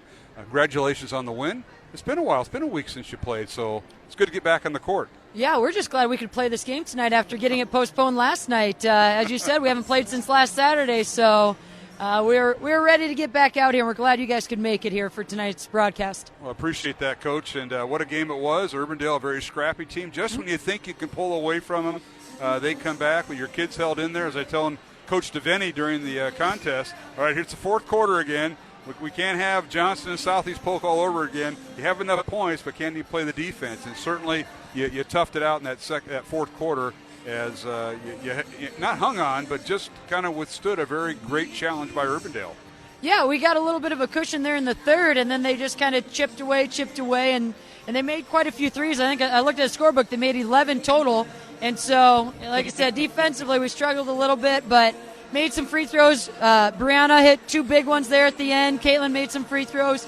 We took care of the ball. I told the girls in the locker room after the game that I thought our offensive clock management and taking care of the ball at the end of the game was some of the best that we've had. When we've had leads and we didn't panic with the ball, we waited till they fouled us and knocked down some free throws. Visit with Kristen Meyer, the Dowling girls basketball coach. Dowling girls a winner tonight, 72-67 over Urbandale. They go to 9-2 on the season. Coach, at halftime, you're up 8. What was the halftime talk? You had a pretty good first half. Foul trouble plagued you.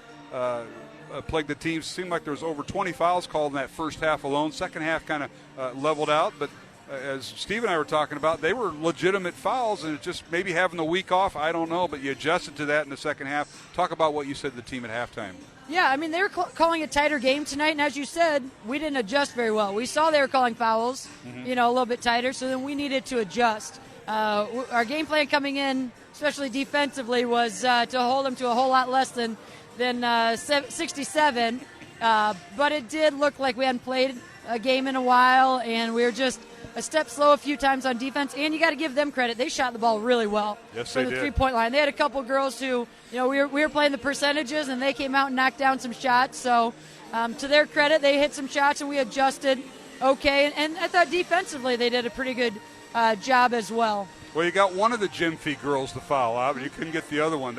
They are tremendous talent and tough to guard. And I know part of you and your coaching staff's defense is how do you defend the gym fees? And, oh, by the way, then they have shooters that if you defend them, then they got shooters. And Putz had a good night tonight for them. Yeah, and we knew they wanted to come out and shoot threes. I know I just looked, Jada made 5 of them. So, that's where we needed to just guard a little bit tighter. And defensively, they're so long. They kind of clog up the lane, so it makes it a little bit harder offensively to find your shots in the lane. But once we started attacking and get into the free throw line, then they got in foul trouble. That helped us out. What we know about this Rodriguez girl, other than she's related to about half the team, I think there's 2 or 3 of them that are all cousins. We're down to just 2 of them since Maddie Allen graduated last year. That's we had the set of 3 cousins, but we'll lose one more this year because she'll head off to play a little Division I softball. But we'll keep her for the rest of this season. She's going to an Ivy League school. I know. Her grade point average is combined. Yours and I's combined doesn't equal hers, I bet, Coach Marr. Well, she'll fit in well there. Brown University, Ivy League. Brianna, welcome to the broadcast. How are you doing? Good, how are you? Well, doing great. You want to say hi to anybody that might be going home back to the south side, like the Keanu family and any others? Hi, Grandma. Hi, Grandpa. There you go. Brianna Rodriguez hit the almost game-winning shot at Johnston, only to have Johnston come back and win at the buzzer. But You tied the game up over there. And your role as a senior off the team, I know you're a softball player, but I'll tell you what, you can play some basketball. And as Coach said, you knocked down some key free throws tonight at a key time. Mm-hmm. You like that? Yeah. You do? Talk about the season. What about the senior season in basketball, Brianna? It's a special one. It's my last season playing basketball forever, so I want to go out on a high note and just make it a good one with all my seniors and teammates. 6 seniors on the team this year, I believe. And did any of you play youth ball together growing up through the parochial grade system? Were any of you on the same team, or did you play against each other?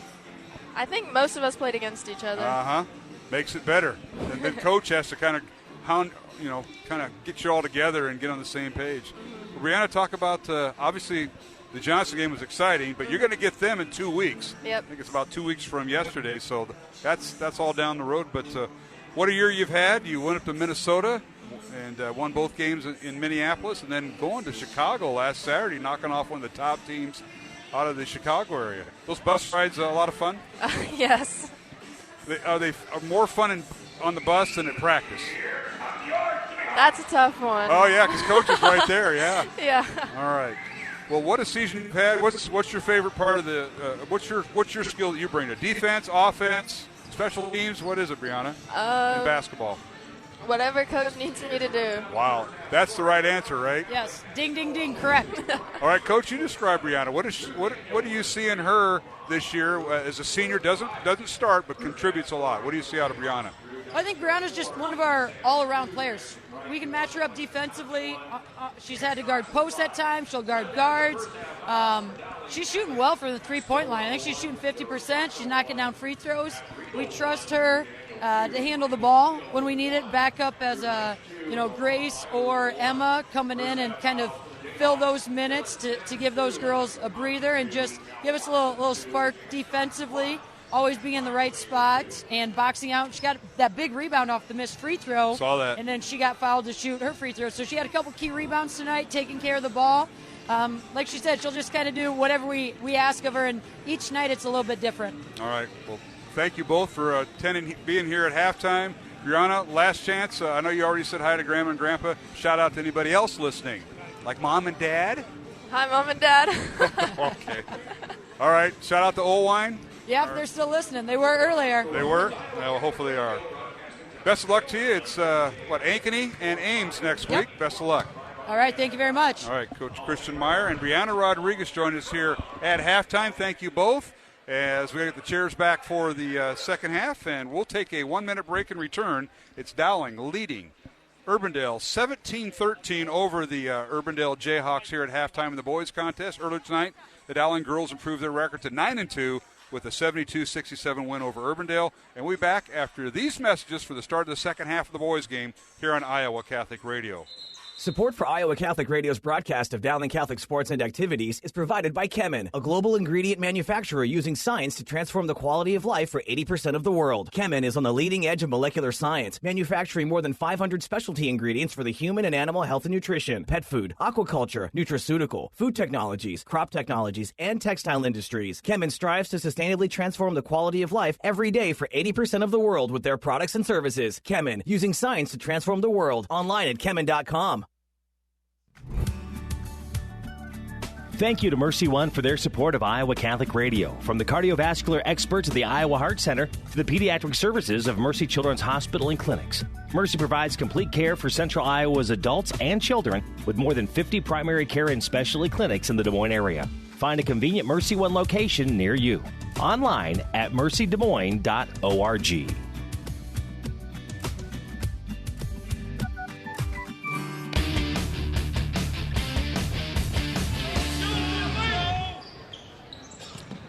Welcome back to the Urbandale Gym, underway here in the second half, and Kyle Watson shoots and scores, and he is shaken up as he came down on his right ankle there as Urbandale scores to start the third quarter. Dowling 17, Urbandale 15, but Watson down with the rolled ankle here, Gary. Yeah, he had a nice drive to the basket there inside, and it looks like he just came down on a Dowling player's foot and rolled his right ankle. So Cal with his first bucket of the night, and he's being attended to by the Urbandale trainer and head coach John Smits, and being escorted to the Urbandale bench, which is to our right. Dowling bringing the ball from right to left on your radio. I've always wanted to say that, Mark. I apologize. You just did. Maroons, they switch baskets. Dowling going towards the south basket here at the South Gym here at Urbandale High School. Yeah, we're pretty geographically correct here in Urbandale. For now. Here's Daniel for three, top of the key, good. Drew Daniel with his second to me and Sons three-pointer of the evening. He's got 6 points. Really nice high release from the 6'6" player. And now a turnover by the Jayhawks as Urbandale comes down. The Maroons lead by 5. Here's Stillwell with it. Matt trying to make something happen. Gets it to Riedel. In the corner to Stracco. Joe in the lane. Jump stops. A shot up and good. Rolls to the rim, and he's scoring before the fourth quarter is Joe. He has his first 2 points. 22-15. Dowling with the lead over the Jayhawks. Maroons' largest lead in the first half was 8 points. Dowling jumps back to man-to-man. And the Jayhawks running their man offense. With it is Drew Dykstra. Along with DeCrife. And Chance Knox. And McConkey. And McConkey replaced, I think, Watts. One of them replaced Watts, and he went out with that ankle injury. Hopefully he'll return. With the basketball, Sams on the left side, guarded by Stracco. The defense by the Maroons. Now a three-pointer by DeCrife, no good off the mark on the right side. Fight for the rebound, coming away with it is McConkey, and he throws it away in the hands of Daniel. Drew with it, dribbles in the front court for Dowling. McConkey got a little impatient there. Now here is a three-pointer by Riedel, it's no good. Rebound Dowling, or rather rebound Urbandale and McConkey. On the lane, and an uncontested layup good by Dylan Sams, who got loose there. Really good job. He's left-handed, shifted hands in midair, and finished with his right hand. 17, Dowling by 5. The Maroons have won 7 in a row after their opening loss to Iowa City West. Urbandale comes in, losing 2 of their last 3 games. They won last Saturday over Council Bluffs Jefferson, had the week off. Now a turnover on the Maroons. Yeah, Drew Daniel was making a back cut right there, and Ryan Riggs just misread the defender and threw it out of bounds. So Urbandale will inbound the basketball as try to get some first half numbers by both teams here in a moment. We get a break, 22-17, Dowling by 5. Jayhawks with it. Here's Dykstra on the left wing, three-point line extended. They work the right side to McConkey, guarded by Riggs. Dribbles baseline and travels with the basketball. Riggs cut him off, and I thought Alex was going to launch the shot or pass it, and he traveled. Yeah, that was a nice job. Urbandale ran a little bit of an isolation from McConkey at the right elbow and dribbled, got a little bit too deep. So Dowling with the basketball. Underneath the Riggs, he's triple teamed. His shot no good. Gets his own rebound, puts it back, no good. Rebound out of there by McConkey. Good defense by the Jayhawks. They triple teamed him, and Riggs couldn't get either shot to fall. Urbandale the other way. Substitutions coming in at the next dead ball. Jayhawks swing the ball, 4 out, 1 in. McConkey setting the ball screen on the right elbow. And now launching a 3, top of the key is Knox. It's no good. Rebound Stillwell. Not sure if that's a shooter that Coach Smith wants there. And how about Stillwell? Spin move in the lane right around DeCrife. It's good. DeCrife took away the middle and he just made a spin dribble and finished nicely. Stillwell with his 4th point. It's 24-17. Dowling by 7. 4.5 minutes remaining. Third quarter. Urbandale with the basketball. Not a bad crowd here on a Saturday night of high school makeup basketball. This game was scheduled for last night, and they're playing it tonight. Nobody else to CIML playing. Ball loose on the floor as Sands loses it, and the ball goes out of bounds to be Dowling basketball. As Ballou and Lynch check in for Dowling. Checking in for Urbandale will be Matt Brockway. Checking out for the Jayhawks will be McConkey. And checking out for Dowling will be Riedel and Riggs. Yeah, you said it's an off night for the CIML. It's a who's who for coaching. Yeah, it is. Other coaches staying in and watching the game. There's a lot of them here scouting.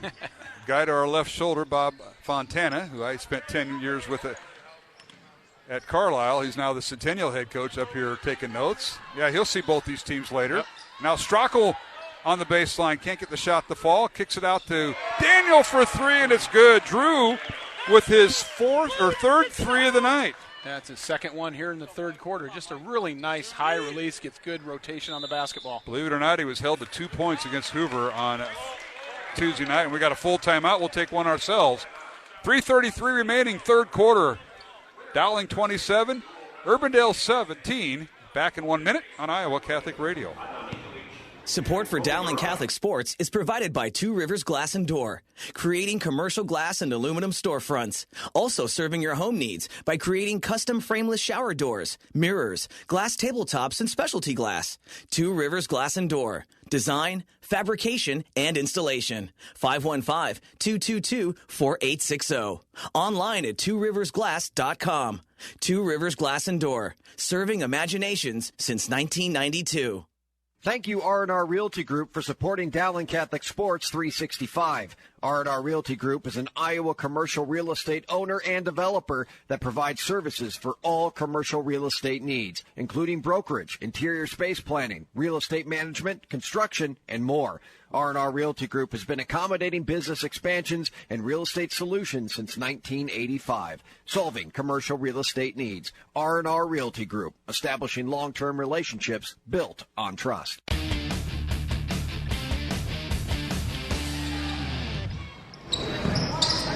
And we're back here at the Urbandale Gym. 3.5 minutes remaining. Third quarter, Dowling by 10, their largest lead of the night. 27-17 over Urbandale. Mark Amadale and Gary Birdwell here on Iowa Catholic Radio, bringing you the boys' game. Dowling girls a winner tonight, 72-67. Urbandale with the ball. A nice back cut and a pass inside to Dylan Sams. The shot is good. Sams with his 6-point. That was a nice job by the Urbandale offense, Gary, as they went against Dowling's defense, and they just worked for the right shot, and they got it. Yeah, they were really patient there, doing a good job moving the basketball without dribbling, and ended up with a really high-quality, high-percentage shot. Now here's Stillwell with it for Dowling as the Maroons on their offensive end. Omaha Ballou dribbles baseline, loses the ball out of bounds, and good defense that time. Actually helped defense by Chance Knox, who forced the turnover off Omaha. Yeah, Ballou had Daniels there in the right corner for another three, looking to get his third three of the quarter there. Jayhawks with the basketball in the front court is Dykstra. And they work the left side. Dykstra trying to do a little two-man game with DeCrife.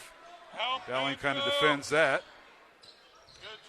And now they work it inside. Shot with the left hand. No good by McConkey. Rebound Dowling. Urbandale went back into their continuous ball screen offense there and got a good pick and roll. Now three-pointer by Stillwell. Up and good. Matt Stillwell with his fourth three-pointer of the season. That's another To Me and Sons three-pointer. Stillwell with 7 points. To Me and Sons at 1501 Southeast 1st Street, Des Moines, 515-282-7976. Not too late to order takeout tonight. And a three-pointer up and good by DeCrife. Yeah, DeCrife got a good feed from Chance Knox on the top of the key there and knocked down the three. Grant DeCrife with his 12th three of the season. Dowling with the ball. Keel underneath the Lynch's shot up and good. The basket will count. And a rare and one for Andrew Lynch. And he will go to the free throw line. And Jerry Bohe is going to let us know who the foul is on. It's on Urbandale's Dylan Sams, his third. Yeah, Lynch was in a nice position there. Dowling got a great drive off the baseline, and Lynch kind of filled in through where Urbandale's defense had tried to step over and help out, and got a nice finish there right in front of the rim. So Lynch at the free throw line. Dowling by 10, 32-22, a minute 40 remaining. And the free throw is good. So Andrew will complete the traditional three-point play, and he'll be replaced in the Dowling lineup by Ryan Riggs. Riggs enters the contest, 7 points in the first half. Omaha Ballou with 5 points in the first half, 2 points for Matt Stillwell and 3 points for Drew Daniel in that first half for Dowling. We'll go to the Urbandale's points. They were led by McConkey with 5 points in the first half, 4 points for Dykstra, 3 points for Knox, 2 points for Sams, and 1 point for DeCrife. Those were all at halftime. Urbandale has inside now Kai Black. He's a 6'3" freshman. The only freshman on the squad for the Jayhawks here. Jayhawks keeping the ball on the perimeter. You mentioned Black. He's been averaging 2 points when he does get in, and now they work it inside to Knox, and the ball goes out of bounds. They'll give it to Urbandale underneath their own basket with 58 seconds remaining in the third quarter.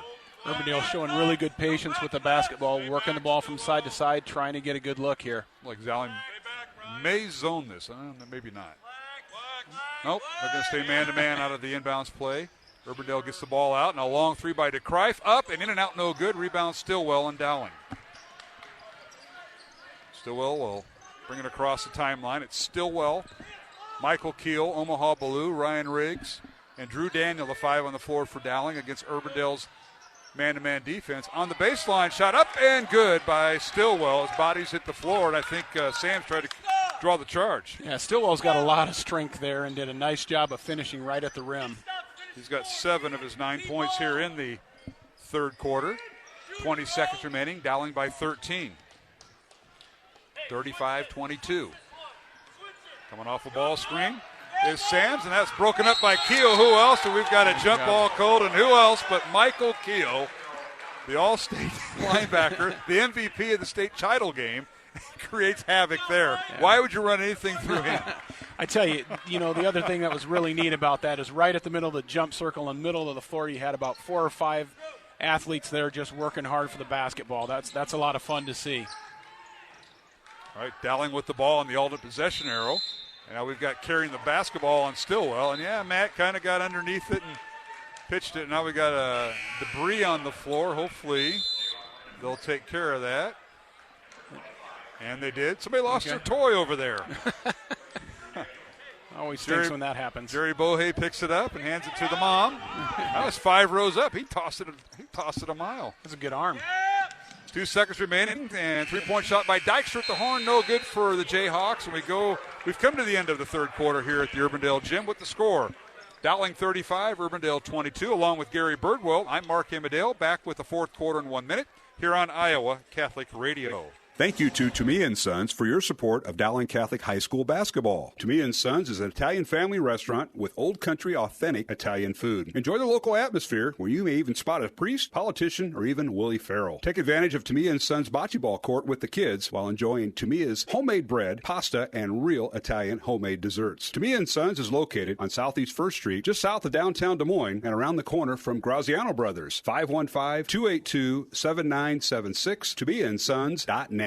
Support for Iowa Catholic Radio's broadcast of Dowling Catholic sports and activities is provided by Kemin, a global ingredient manufacturer using science to transform the quality of life for 80% of the world. Kemin is on the leading edge of molecular science, manufacturing more than 500 specialty ingredients for the human and animal health and nutrition, pet food, aquaculture, nutraceutical, food technologies, crop technologies, and textile industries. Kemin strives to sustainably transform the quality of life every day for 80% of the world with their products and services. Kemin, using science to transform the world. Online at Kemin.com.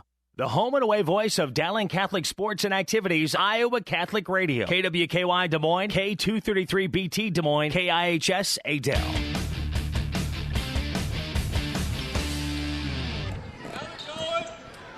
And we're back here at the Urbandale Gym. Mark Amadale, Gary Birdwell, underway in the fourth quarter, 35-22. Dowling boys with the lead. And now a long three, no good by the Jayhawks. Drew Dykstra, ball loose on the floor and picked up by Dowling. Runs in the transition, they get it to Stillwell, to Stracco. Stillwell, Stracco, along with Drew Daniel, Ryan Riggs, and Matt Riedel, the 5 on the floor for Dowling. That's all 5 who were starters in the contest for the Maroons. Stracco picks up his dribble at the left elbow, gives it to Stillwell on the baseline. Over to Riedel for 3, good! Oh, great ball movement that time by the Maroons, and Riedel knocks down a To Me and Sons 3-pointer. That's his third of the half. That's really good. Nice shot. And it's 38-22 Dowling by 16 over the Jayhawks. Urbandale in the front court. Urbandale usually shoots about 45% from the field, and they're not really getting they're getting some good clean looks. The ball's just not falling for them tonight. 30-second timeout called by Urbandale and head coach John Smith. That last 3-pointer was by Matt Riedel. That's his first 3 of the night, as Drew Daniel has 9 points. Daniel and Riedel, you were confusing. That's no problem. Not a problem at all. 38-22 Maroons as the Jayhawks call a timeout. Up next for Urbandale. Next week they'll go back to the Tuesday-Friday routine, as will Dowling. Jayhawks travel to Ames on Tuesday night for a girls and boys doubleheader, and then home next Friday. And that's why Coach Fontana is here, as the Urbandale boys take on 5th-ranked Ankeny Centennial. Coach Fontana and Bobby Sandquist, the assistant coach at Ankeny Centennial, longtime coach at Johnson. Those dynamic duels going at each other. Oh, my goodness. Yeah, those are 2 great quality coaches, great people. Always get the best out of the talent that they have. All right, Urbandale out of the timeout, and in a steal. Bad pass that time by Sam, stolen away by Dowling underneath. And he lost it going up. Riedel wanted to slam it through, and he lost the ball, and Urbandale found it. Knox with it, and his long pass is knocked out of bounds tipped out of bounds by DeCrife. Dowling basketball. Yeah, Knox trying to make the cross-court pass there, about 3/4 of the court, and just sailed over the top of DeCrife's head. So Dowling with the basketball. Stracco will dribble it in the front court. Dribble handoff to Riedel. Working a little clock here. Urbandale stays man-to-man. Dowling playing catch on the left side. Two-man game between Riggs and Stillwell. Dowling doesn't have to really get a shot here. They can afford to be patient for it. Now charging foul called on Stillwell. He kept it one. Dribbled too much, and drawing the charge, Drew Dykstra of Urbandale. How about that? Stillwell with the second foul. And Dykstra is a really talented sophomore from Urbandale, does a lot of really good things, and a lot of those incidentals that coaches always talk about. 38-22. That score remains. Dowling with the lead over Urbandale. If you joined us late, Dowling girls improving their record this year to 9-2 with the 72-67 win in game one of our doubleheader. Now we got a whistle and a foul on Dowling. That'll be on Stillwell, his third. For as many team fouls as we had in the first half, that's only the third total foul being called in the second half so far. So be careful. We got under 6 minutes remaining, and I see that on the board. Jayhawks with one team foul, Dowling with two, and that could change in an instant. Yeah, be careful what you wish for, right? That's right. All right, McConkey gets the inbounds pass, leaves it for Knox for three, top of the key, good. Chance Knox knocks it down for Urbandale, and he's got 6 points. Urbandale with some full court pressure here. As Dowling breaks the press, Stracco in the front court with help from Drew Daniel. Stracco picks up his dribble, gives it to Riggs between the circles. Urbandale stays man-to-man. Here's Riedel with it, dribbles the free throw line, and a reach-in foul called on Urbandale. And the way Sands reacted, I think he was the man that got the foul, and he was. Dylan Sands picks up his fourth foul. Now, I was saying earlier that, Dowling can afford with a 13-point lead here with 5.5 minutes left in the game. They can afford to be patient and really work for good shots. They don't have to be in a rush here. That's true. And they're trying not to be. And now Riggs gets it. Nice inbounds pass from Stracco to Riggs, and Ryan scores his 9th point. 40-25, Dowling by 15. Three-pointer, good again. Chance Knox starting to feel it for Urbandale. Knox, a 6'2 senior, didn't get the start, but he's finishing well. Chance Knox is a really, really good shooter, can light the board up in a hurry if given the opportunity. All right, Stracco and Riggs play a little two-man game. Corner three, no good by Riedel for Dowling. Rebound cleared out of there by Urbandale and McConkey. Outlet pass goes to Sams. Another three-pointer. It's short this time by the Jayhawks. Drew Dykstra out of bounds to Dowling. Drew Dykstra liked the way that those last two three-point shots had gone down for Chance Knox and decided to try his bid for it there. Hey, why not get involved? Unfortunately, missed everything, out of bounds to Dowling. Full court pressure by Urbandale, nearly knocked away by Dykstra. He's stepped in front of the passing lane, intended for Joe Stracco. Urbandale playing a man-to-man full court press, trying to pick up the pace a little bit here and force the issue a little bit on Dowling, trying to get Dowling to make some mistakes and trying to get a conversion here. Riedel will check out of the Dowling lineup. Omaha Ballou checking in.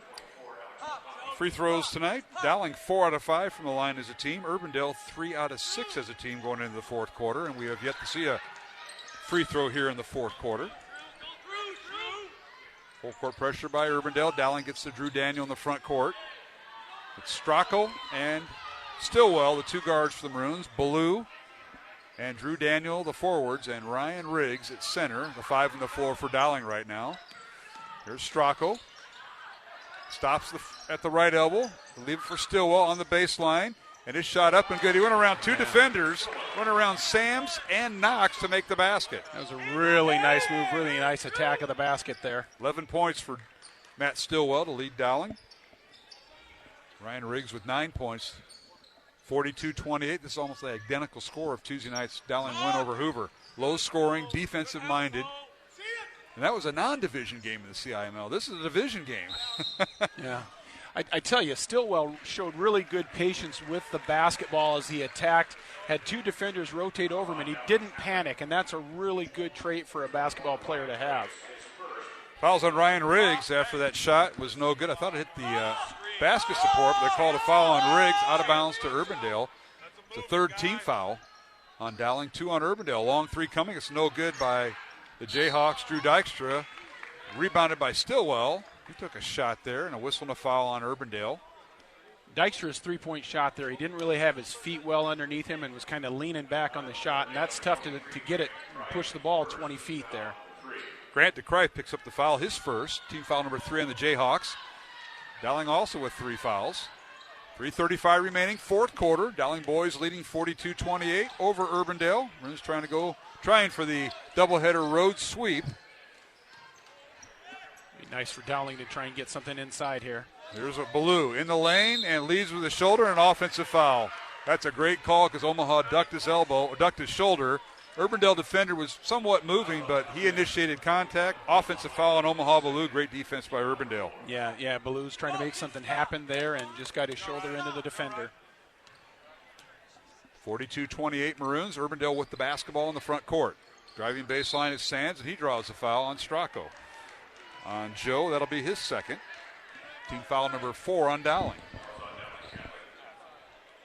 Urbandale's got to try and look to get some good. Now they don't have to really rush shots, but look to get some good quality shots early in their offensive sets here. Jayhawks inbound the ball, and that's Sands with it, guarded by Ballou, and it goes out of bounds. They say it either went off of Stracco or Ballou. Boy, there was a scrum right when he threw it in.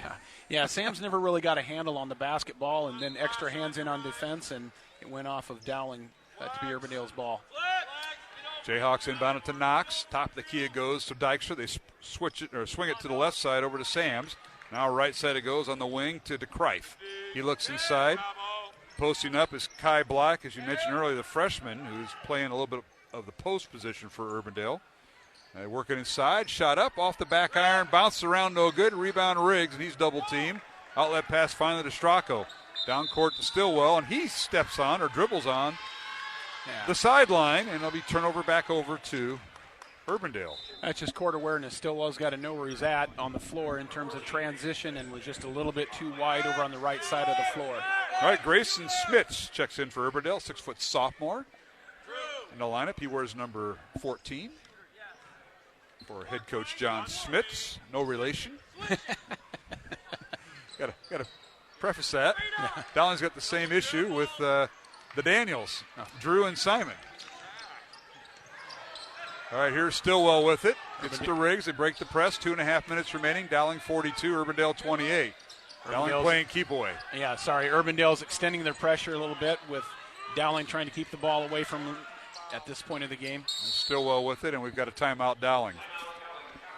So with 2:15 remaining, this will be a full timeout. We'll take one ourselves. 2:15 remaining, fourth quarter. It's Dowling 42, Urbandale 28 here in this boys CIML matchup. Back in 1 minute here on Iowa Catholic Radio.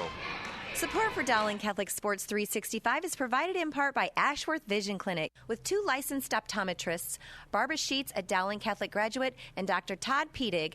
The Ashworth Vision Clinic team provides complete eye exams, contact lenses, glasses, glaucoma testing, and pre- and post-operative care. Ashworth Vision Clinic is located at Ashworth and 60th Street in West Des Moines, 515-440-4610, online at ashworthvision.com. The Catholic Tuition Organization provides the best tax savings over any other charitable giving in the state. 65% of your contribution directly reduces your Iowa income tax liability. Plus, there are still federal deductibility options to further save on taxes. Find details online, ctoiowa.org. All this for the kids and their future.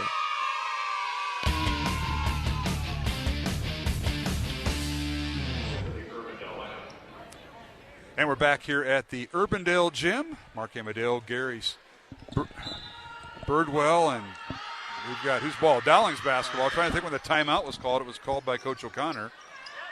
Maroons trying to play keep away here, Gary. Yeah, Coach O'Connor, I think, wanted to calm his guys down, let them know about the pressure. Wow, nice dunk. And did they ever? They're working inside the rings, and he slams it home. Riggs now with 11 points. He equals Stillwell for the team high. A long three by Urbandale the other way. No good by DeCrife, and a loose ball foul called on the Jayhawks on Dylan on that last basket by Riggs. I think he went up and lost it halfway up, but still was able to dunk it with his left hand. Well, that's kind of been contagious because it started last on Tuesday's game at Hoover. Ballou lost a couple, and then I think it was Riedel lost one, and they didn't end up being dunks. And now it's the slippery ball syndrome, trying to dunk it, and Riggs got one off there. Now Stillwell down the lane. His layup is good. She went right around Sam's, and nobody came and helped. You got 1:38 now. Dowling extends their lead to 18. And Stillwell with 13 points to lead Dowling. Riggs with 11. Minute and a half, as you said, Coach. Urbandale in a hurry. Got to find and see if Knox is. He won't shoot the three. Takes it down the lane, and shot is blocked out of bounds, but a foul on Dowling, I believe. Yeah, Chance Knox got the ball on the right lane line, had a nice shot fake, and really attacked the basket well. When that happens, it doesn't really matter if they block their shot. If you get the foul, that's all the better. Right. Knox will go to the line for Urbandale. He'll get two shots. The foul is on Drew Daniel, and the first one is good by Knox. He's shooting 38% from the free throw line right now. Yeah, that's his 12th point. He's just 5 of 18 going before tonight's game, and now he's 2 out of 3 on the night. Remember, he didn't get the start, but he's getting the finish here. Second one on the way. Good. He's 3 out of 4 tonight and 13 points. Chance is a good quality shooter. He's got a really nice touch on the basketball. Full court pressure by Urbandale. Daniel throws it into Stracco to Stillwell. Back to Daniel. Maroons break the press. Minute 15 remaining. And Dowling by 16. Maroons' largest lead, I believe, was 18 at one point. Now they work underneath Ballou. His reverse layup. It's up and good. The basket will count, and the foul on, I believe, Dykstra of Urbandale. What a move by Omaha Ballou. Yeah, I think Stillwell was trying to give him an alley-oop there, and Ballou was cut off, but did a really nice job of finishing on a reverse move with his right hand off the glass and dropped in the opportunity to convert to a three-point play. And correction, the foul was on Sams of Urbandale, and that's his 5th, so he fouls out with 1:06 remaining with 6 points. Dylan Sams, 5'10" junior for the Jayhawks. Free throw no good by Ballou. He can't convert the traditional three-point play. He has 7 points tonight. 48-30, Dowling by 18. Corner 3 no good by Dykstra. Weak side rebound, out of bounds, I believe, Urbandale. Yep. As Stracco couldn't hold the errant shot. Jayhawks will run an inbounds play here, Gary. Yeah, that was a little bit of a too quick of a shot by Dykstra. Trying to get something going for Urbandale. Jayhawks get the ball inbounds to Kai Black. Now Black loses it. Now Ballou picks it up. One freshman to another. Omaha now with it. Omaha does a nice job of getting himself and the team under control right there for Dowling. Bodies hit the floor away from the ball, and Omaha is sitting there dribbling it. Now he finally found a guard, and that was Stracco. Here's Riggs with it between the circles. 35 seconds remaining. And a whistle and a foul at half court on Schmitz. Grayson Schmitz with the foul, his first. 6-foot sophomore for head coach John Schmitz. No relation. Yeah, Urbandale's got one more foul to give before Dowling will be shooting the 1-and-1 bonus here. 32 seconds remaining. Yeah, you're right. Now you need to. You want to send him to the line, and you're just taking time off the clock. Ballou's pass goes to Stracco cross court. That thing had ice on it when it came down. My goodness. It was a little bit up there. That's where you got to be careful because balls have a tendency to come this way. We are a magnet. Yeah. Save yourself and the equipment, is what I always say. Well, this is pretty high-tech stuff. I'm not letting anything happen to it. So, and the Maroons are going to dribble this out. Final 10 seconds. 48-30. Looks like it's going to be our final as Stracco dribbling right in front of us. Dowling will win its 8th straight with the win over the Urbandale Jayhawks. Final score, 48-30. Dowling with the win over Urbandale here, Gary Birdwell. What a night it was for the Maroons, and one good thing, they were able to get this in. Now, this guy, Coach, how you doing? You sent me a text. How do you know how well he did? You weren't even listening. Yeah, that's what I thought. He weighs it off. These football coaches, yeah. But yeah. No, I think that tonight that Dowling's height really bothered Urbandale. Urbandale will get good penetration on ball movement, But when they got inside, the height of Dowling really caused Urbandale to adjust their shots or rush them inside. But Urbandale got a lot of good looks at the basket. They just couldn't get shots to fall tonight. And one thing we remiss, Cal Watson got the first points of the second half for Urbandale, and as he scored, he rolled his ankle and did not return in the second half. That could have been a big factor. We won't know until the next time they play, but that could have been a big factor here in the second half. And there he is, hopping off the court. Get some ice on that young man. Yeah, I saw Cal come out a little while. He stand up, was moving around a little bit, walking pretty gingerly. And that was Brockway. Urbandale, another one of their post players, Matt Brockway, just hopped past us as well. So a lot of ice going on in the Jayhawk locker room. I guess so. Hope they don't run out of ice. You don't want to do that. If you do, there's plenty outside. You can make some snow. Oh, yeah. Yeah, that used to be the big thing. Get a bucket of snow and stick your foot in it. That's right. Well, Dowling outscoring Urbandale 13-8 in the fourth quarter to win it by the score of 48-30. We'll take a break and come back with our post-game show. Mark Amadale along with Gary Birdwell. I want to thank Jeff Pickett, our studio producer. Back with our post-game show from the Urbandale Gym, the final, Dowling 48, Urbandale 30, here on Iowa Catholic Radio. Thank you, Construction Professionals, for your support of Dowling Catholic Sports 365. Construction Professionals is a family-owned business dedicated to our customers. Whether designing, building, or renovating, we are here to better serve you. Quality craftsmanship paired with our dedication to creativity result in a home that reflects your personality, style, and family function. Construction Professionals. Design, build, renovate. CPCustomHomes.com. From our family to yours. God bless. Thank you, Dental Associates, for underwriting Dowling Catholic Sports 365. With over 40 years' experience, Dental Associates is a group dental practice with the mission of promoting optimum health and well-being to all patients, providing preventative, restorative, and cosmetic dentistry for the entire family. Message underwritten by Dr. Kenton Gleichman, Dr. Steve Karbaka, Dr. Christine Mulcahy, and Dr. Ben Nagel. Dental Associates, addressing your smile, needs, and dreams. Online at DesMoines-DentalAssociates.com.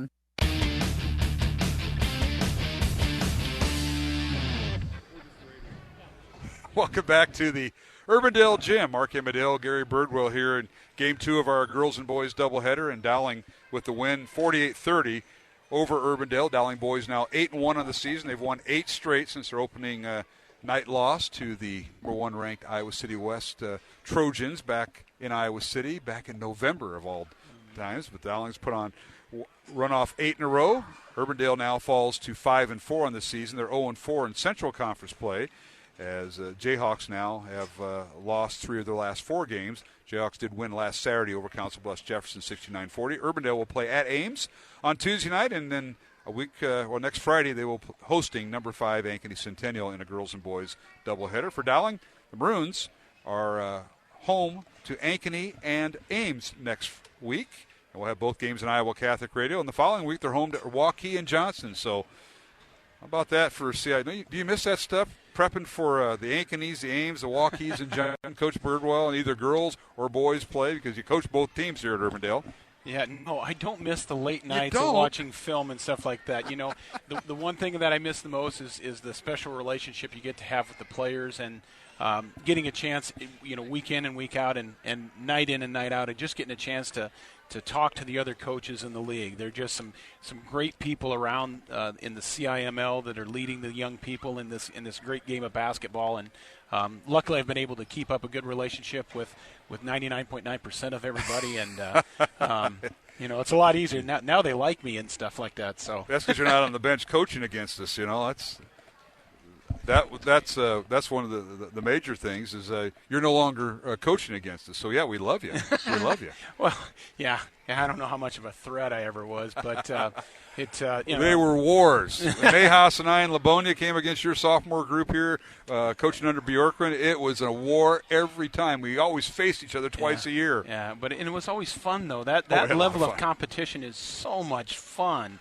And, you just got teams and coaches that are just working their tails off to do the best job that they possibly can, and it was so much fun. You just can't you can't simulate that no matter what you do. No, you can't, and you continue that. Those are lifelong memories. I know I have them. Yeah, totally.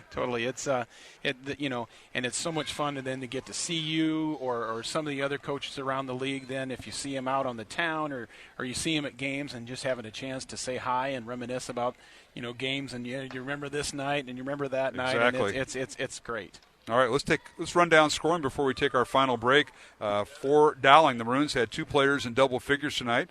Dowling boys were led by Matt Stillwell's 13 points, followed by Ryan Riggs with 11 points. Drew Daniel with 3 To Me and Sons three-pointers. He had 9 points on the evening for the Maroons. Omaha Ballou off the bench with 7 points, and 3 points each for Matt Riedel and for Andrew Lynch, and 2 points for Joe Stopulos to lead Dowling. The Maroons went 4 of 6 at the free throw line tonight. For Urbandale, they had 1 player in double figures, and that was Chance Knox, who did not get the start tonight, but he ended up finishing the game. Knox hit a pair of three-pointers in the fourth quarter and 1 2-point basket in the first half. He finishes with 13 points to lead Urbandale, followed by Dylan Sams with 6 points, who fouled out with 66 seconds remaining in the fourth quarter. Sams with 6 points, 5 points for Alex McConkey, and 4 points each for Drew Dykstra and for Grant DeCrife. And then Cal Watson got his only basket in the third quarter, the first basket of the second half. It rolled his ankle, did not return. And we find out Matt Brockway also had an injured ankle. So injuries for Urbandale. Jayhawks ended up 5 of 8 from the free throw line tonight, Gary. Yeah, and for Urbandale, to have Watson and Brockway, both 2 good post presence for Urbandale, to have those 2 get injured in this game did not help Urbandale's cause that way in trying to deal with the size advantage that Dowling had in this game. That's certainly true. And now we'll go back to quarter scores. Dowling outscored Urbandale in the first quarter 7-3. What are we playing, football? 7-3. Yeah, who had the field goal? Yeah, Urbandale. And then both teams played to a 10-10 tie in the second quarter, but Dowling goes into halftime leading 17-13. Fourth quarter, Maroons outscore Urbandale 18-9.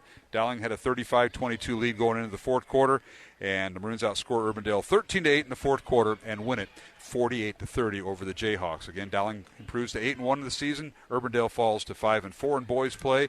Dowling girls improved to 9-2 this season as they defeated Urbandale in Game 1, 72-67. Along with Gary Birdwell, Mark Hamadale back for final thoughts after these messages here on Iowa Catholic Radio. Support for Iowa Catholic Radio's broadcast of Dowling Catholic sports and activities is provided by Chemin, a global ingredient manufacturer using science to transform the quality of life for 80% of the world. Chemin is on the leading edge of molecular science, manufacturing more than 500 specialty ingredients for the human and animal health and nutrition, pet food, aquaculture, nutraceutical, food technologies, crop technologies, and textile industries. Chemin strives to sustainably transform the quality of life every day for 80% of the world with their products and services. Chemin, using science to transform the world. Online at chemin.com. Thank you to Me & Sons for your support of Dowling Catholic High School basketball. To Me & Sons is an Italian family restaurant with old country authentic Italian food. Enjoy the local atmosphere where you may even spot a priest, politician, or even Willie Farrell. Take advantage of To Me & Sons bocce ball court with the kids while enjoying Tomia's homemade bread, pasta, and real Italian homemade desserts. To Me & Sons is located on Southeast 1st Street, just south of downtown Des Moines, and around the corner from Graziano Brothers. 515-282-7976, ToMeAndSons.net.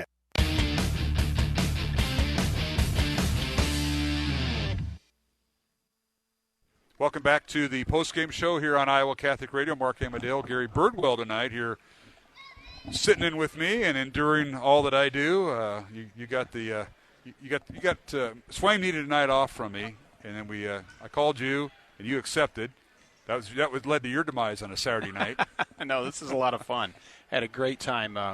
It's really easy working when you're working with a professional like yourself. I don't know about that, but well, I do. I appreciate you answering the bell. And you mentioned, you've been kind of going to some games since you're now retired from the girls basketball program here at Urbandale. And when Brad was the boys coach here, you became the girls coach here at Urbandale. But Brad left, and now I find out you're just coaching, assistant boys coach. Boys track coach here at Urbandale. I said, you're out watching games, and why not bring you aboard? No, it was great. I really do appreciate it, and it was a chance to see the game from a different angle, and to watch two quality programs go at each other. And it was this evening was a lot of fun. I won't forget this for a long time. Well, I got you on speed dial, so if Swaim and these appraisers here in Central Iowa, they seem to like going to sunny places in the winter, so I'll keep that in mind. That sounds great. If my wife lets me, it's okay. Well, and I appreciate Katie. Yes. Katie, letting you out of the house tonight with your 2 daughters. I'm sure you could have been home being dad, and you do a great job of that. And I remember I seen you at one of the daddy-daughter dances right over across the parking lot here at Urbandale Community Center with your daughter. With my youngest, Josie, who's a sophomore here at Urbandale. I'll be darned. Sophomore? Yeah. She was probably, not too much older than my daughter at the time. My goodness, how time flies. I've got a sophomore at Urbandale here and a freshman, Emma. Emma's a freshman at UNI. My goodness. Congratulations there, Dad. Attaboy. It's mostly her mother, I can tell you that. Well, Gary, I appreciate all you do, not only teaching kids, and I know we've been on both sides of the fence coaching against each other, but what you do for kids and still doing for kids in the classroom. You teach what here in the classroom? I teach the social sciences here at Urbandale. I teach freshman AP Human Geography, and I have juniors for American History, and then a section in government for seniors. One of my favorite classes I took in high school was history, and that is still to this day. So you're the man leading the charge here at Urbandale. And now you got to meet with some of the boys for Urbandale about going out for track, right? We talked about that during the broadcast. Oh, yeah. I got to try and encourage a lot of them. We've got a good program. We're going to have a new head coach at Urbandale this spring in Lee Hammeran, who's been the boys cross-country coach as well. Tim Tabrink has gone from the head track coach at Urbandale and is now the head football coach up at North Polk. Oh, that's right. I forgot about that. I remember Sam telling me that, your football coach, Sam Anderson, saying that he left. I said, what? Yeah, he went to North Polk. That's awesome. Yeah, good for him. Coach Tabrink will do a great job up at North Polk. That's a great school for him. All right. Well, Gary, thank you again. I'm sure we'll be back together again in some, maybe on the girls' side. That sounds great. Coach Meyer saw you at halftime. It's like, what? I forgot to run the personnel changes around the Dowling from the Dowling coach. I didn't run it by him, and then Coach Wilson gives you a nice text to me, and I'm still trying to figure out how did he listen. Coach know that you were doing a good job. It's amazing. I think Coach Wilson does everything for Dowling, and he probably was listening somehow or another. Who knows? He's over there sitting in the chair talking to one of your Urbandale administrators having a quasi-administrators meeting. You know how that goes. Exactly. All right, Gary. Well, thank you. I'm going to close with this, but thanks again, and best of luck to you, and we'll see you down the road, I'm sure. Okay, thank you very much, Mark. I appreciate it. Gary Birdwell, my broadcast partner tonight, and that'll wrap it up from the Urbandale Gym. Our thanks to all the folks here at Urbandale, including Athletic Director Billy Watson, his staff, Andy Hoverson, Andrew Olson. We thank them for all they do, helping us get set up. Kenton Tennell, the girls coach, and John Smits, the Urbandale boys coach. Thank you to both of them, along with Michael Connor from Dowling and Kristen Meyer, the Dowling girls coach. Want to thank them. Our next game will be this coming Tuesday night. Ankeny at Dowling will be on the air at 6 o'clock from the Dowling Gym. As the Maroons are home for the next 4 games, we'll have all 4 on Iowa Catholic Radio. Ankeny on Tuesday, and next Friday night it'll be Ames for the first time this year. Once again, the final scores for the final time tonight. Dowling girls improved their record to 9-2 with a 72-67 win over Urbandale, and the Dowling boys a winner tonight, 48-30 over the Urbandale Jayhawks. Dowling boys now have won 8 in a row, and they're now 8-1 on the season. For my broadcast partner Steve Devaney and Gary Birdwell, this is Mark Amadale. Our thanks to our studio producer Jeff Pickett, and for now, so long from the Urbandale Gym. The final scores tonight, Dowling defeating Urbandale by the score of 48-30 in the boys contest. Dowling girls a 72-67 win. Have a safe and blessed, faith-filled evening. Our coverage of Dowling Catholic High School basketball is underwritten by Ashworth Vision Clinic, the Catholic Tuition Organization, Construction Professionals, Dental Associates, Kemen, R&R Realty Group, Mercy One, Two Rivers Glass and Door, and Tamia & Sons. Please support the businesses that underwrite Iowa Catholic Radio on 1150 AM, 88.5 FM, 94.5 FM, streaming at iowacatholicradio.com and on the Iowa Catholic Radio app. The proceeding has been a Dowling Catholic Sports presentation on Iowa Catholic Radio.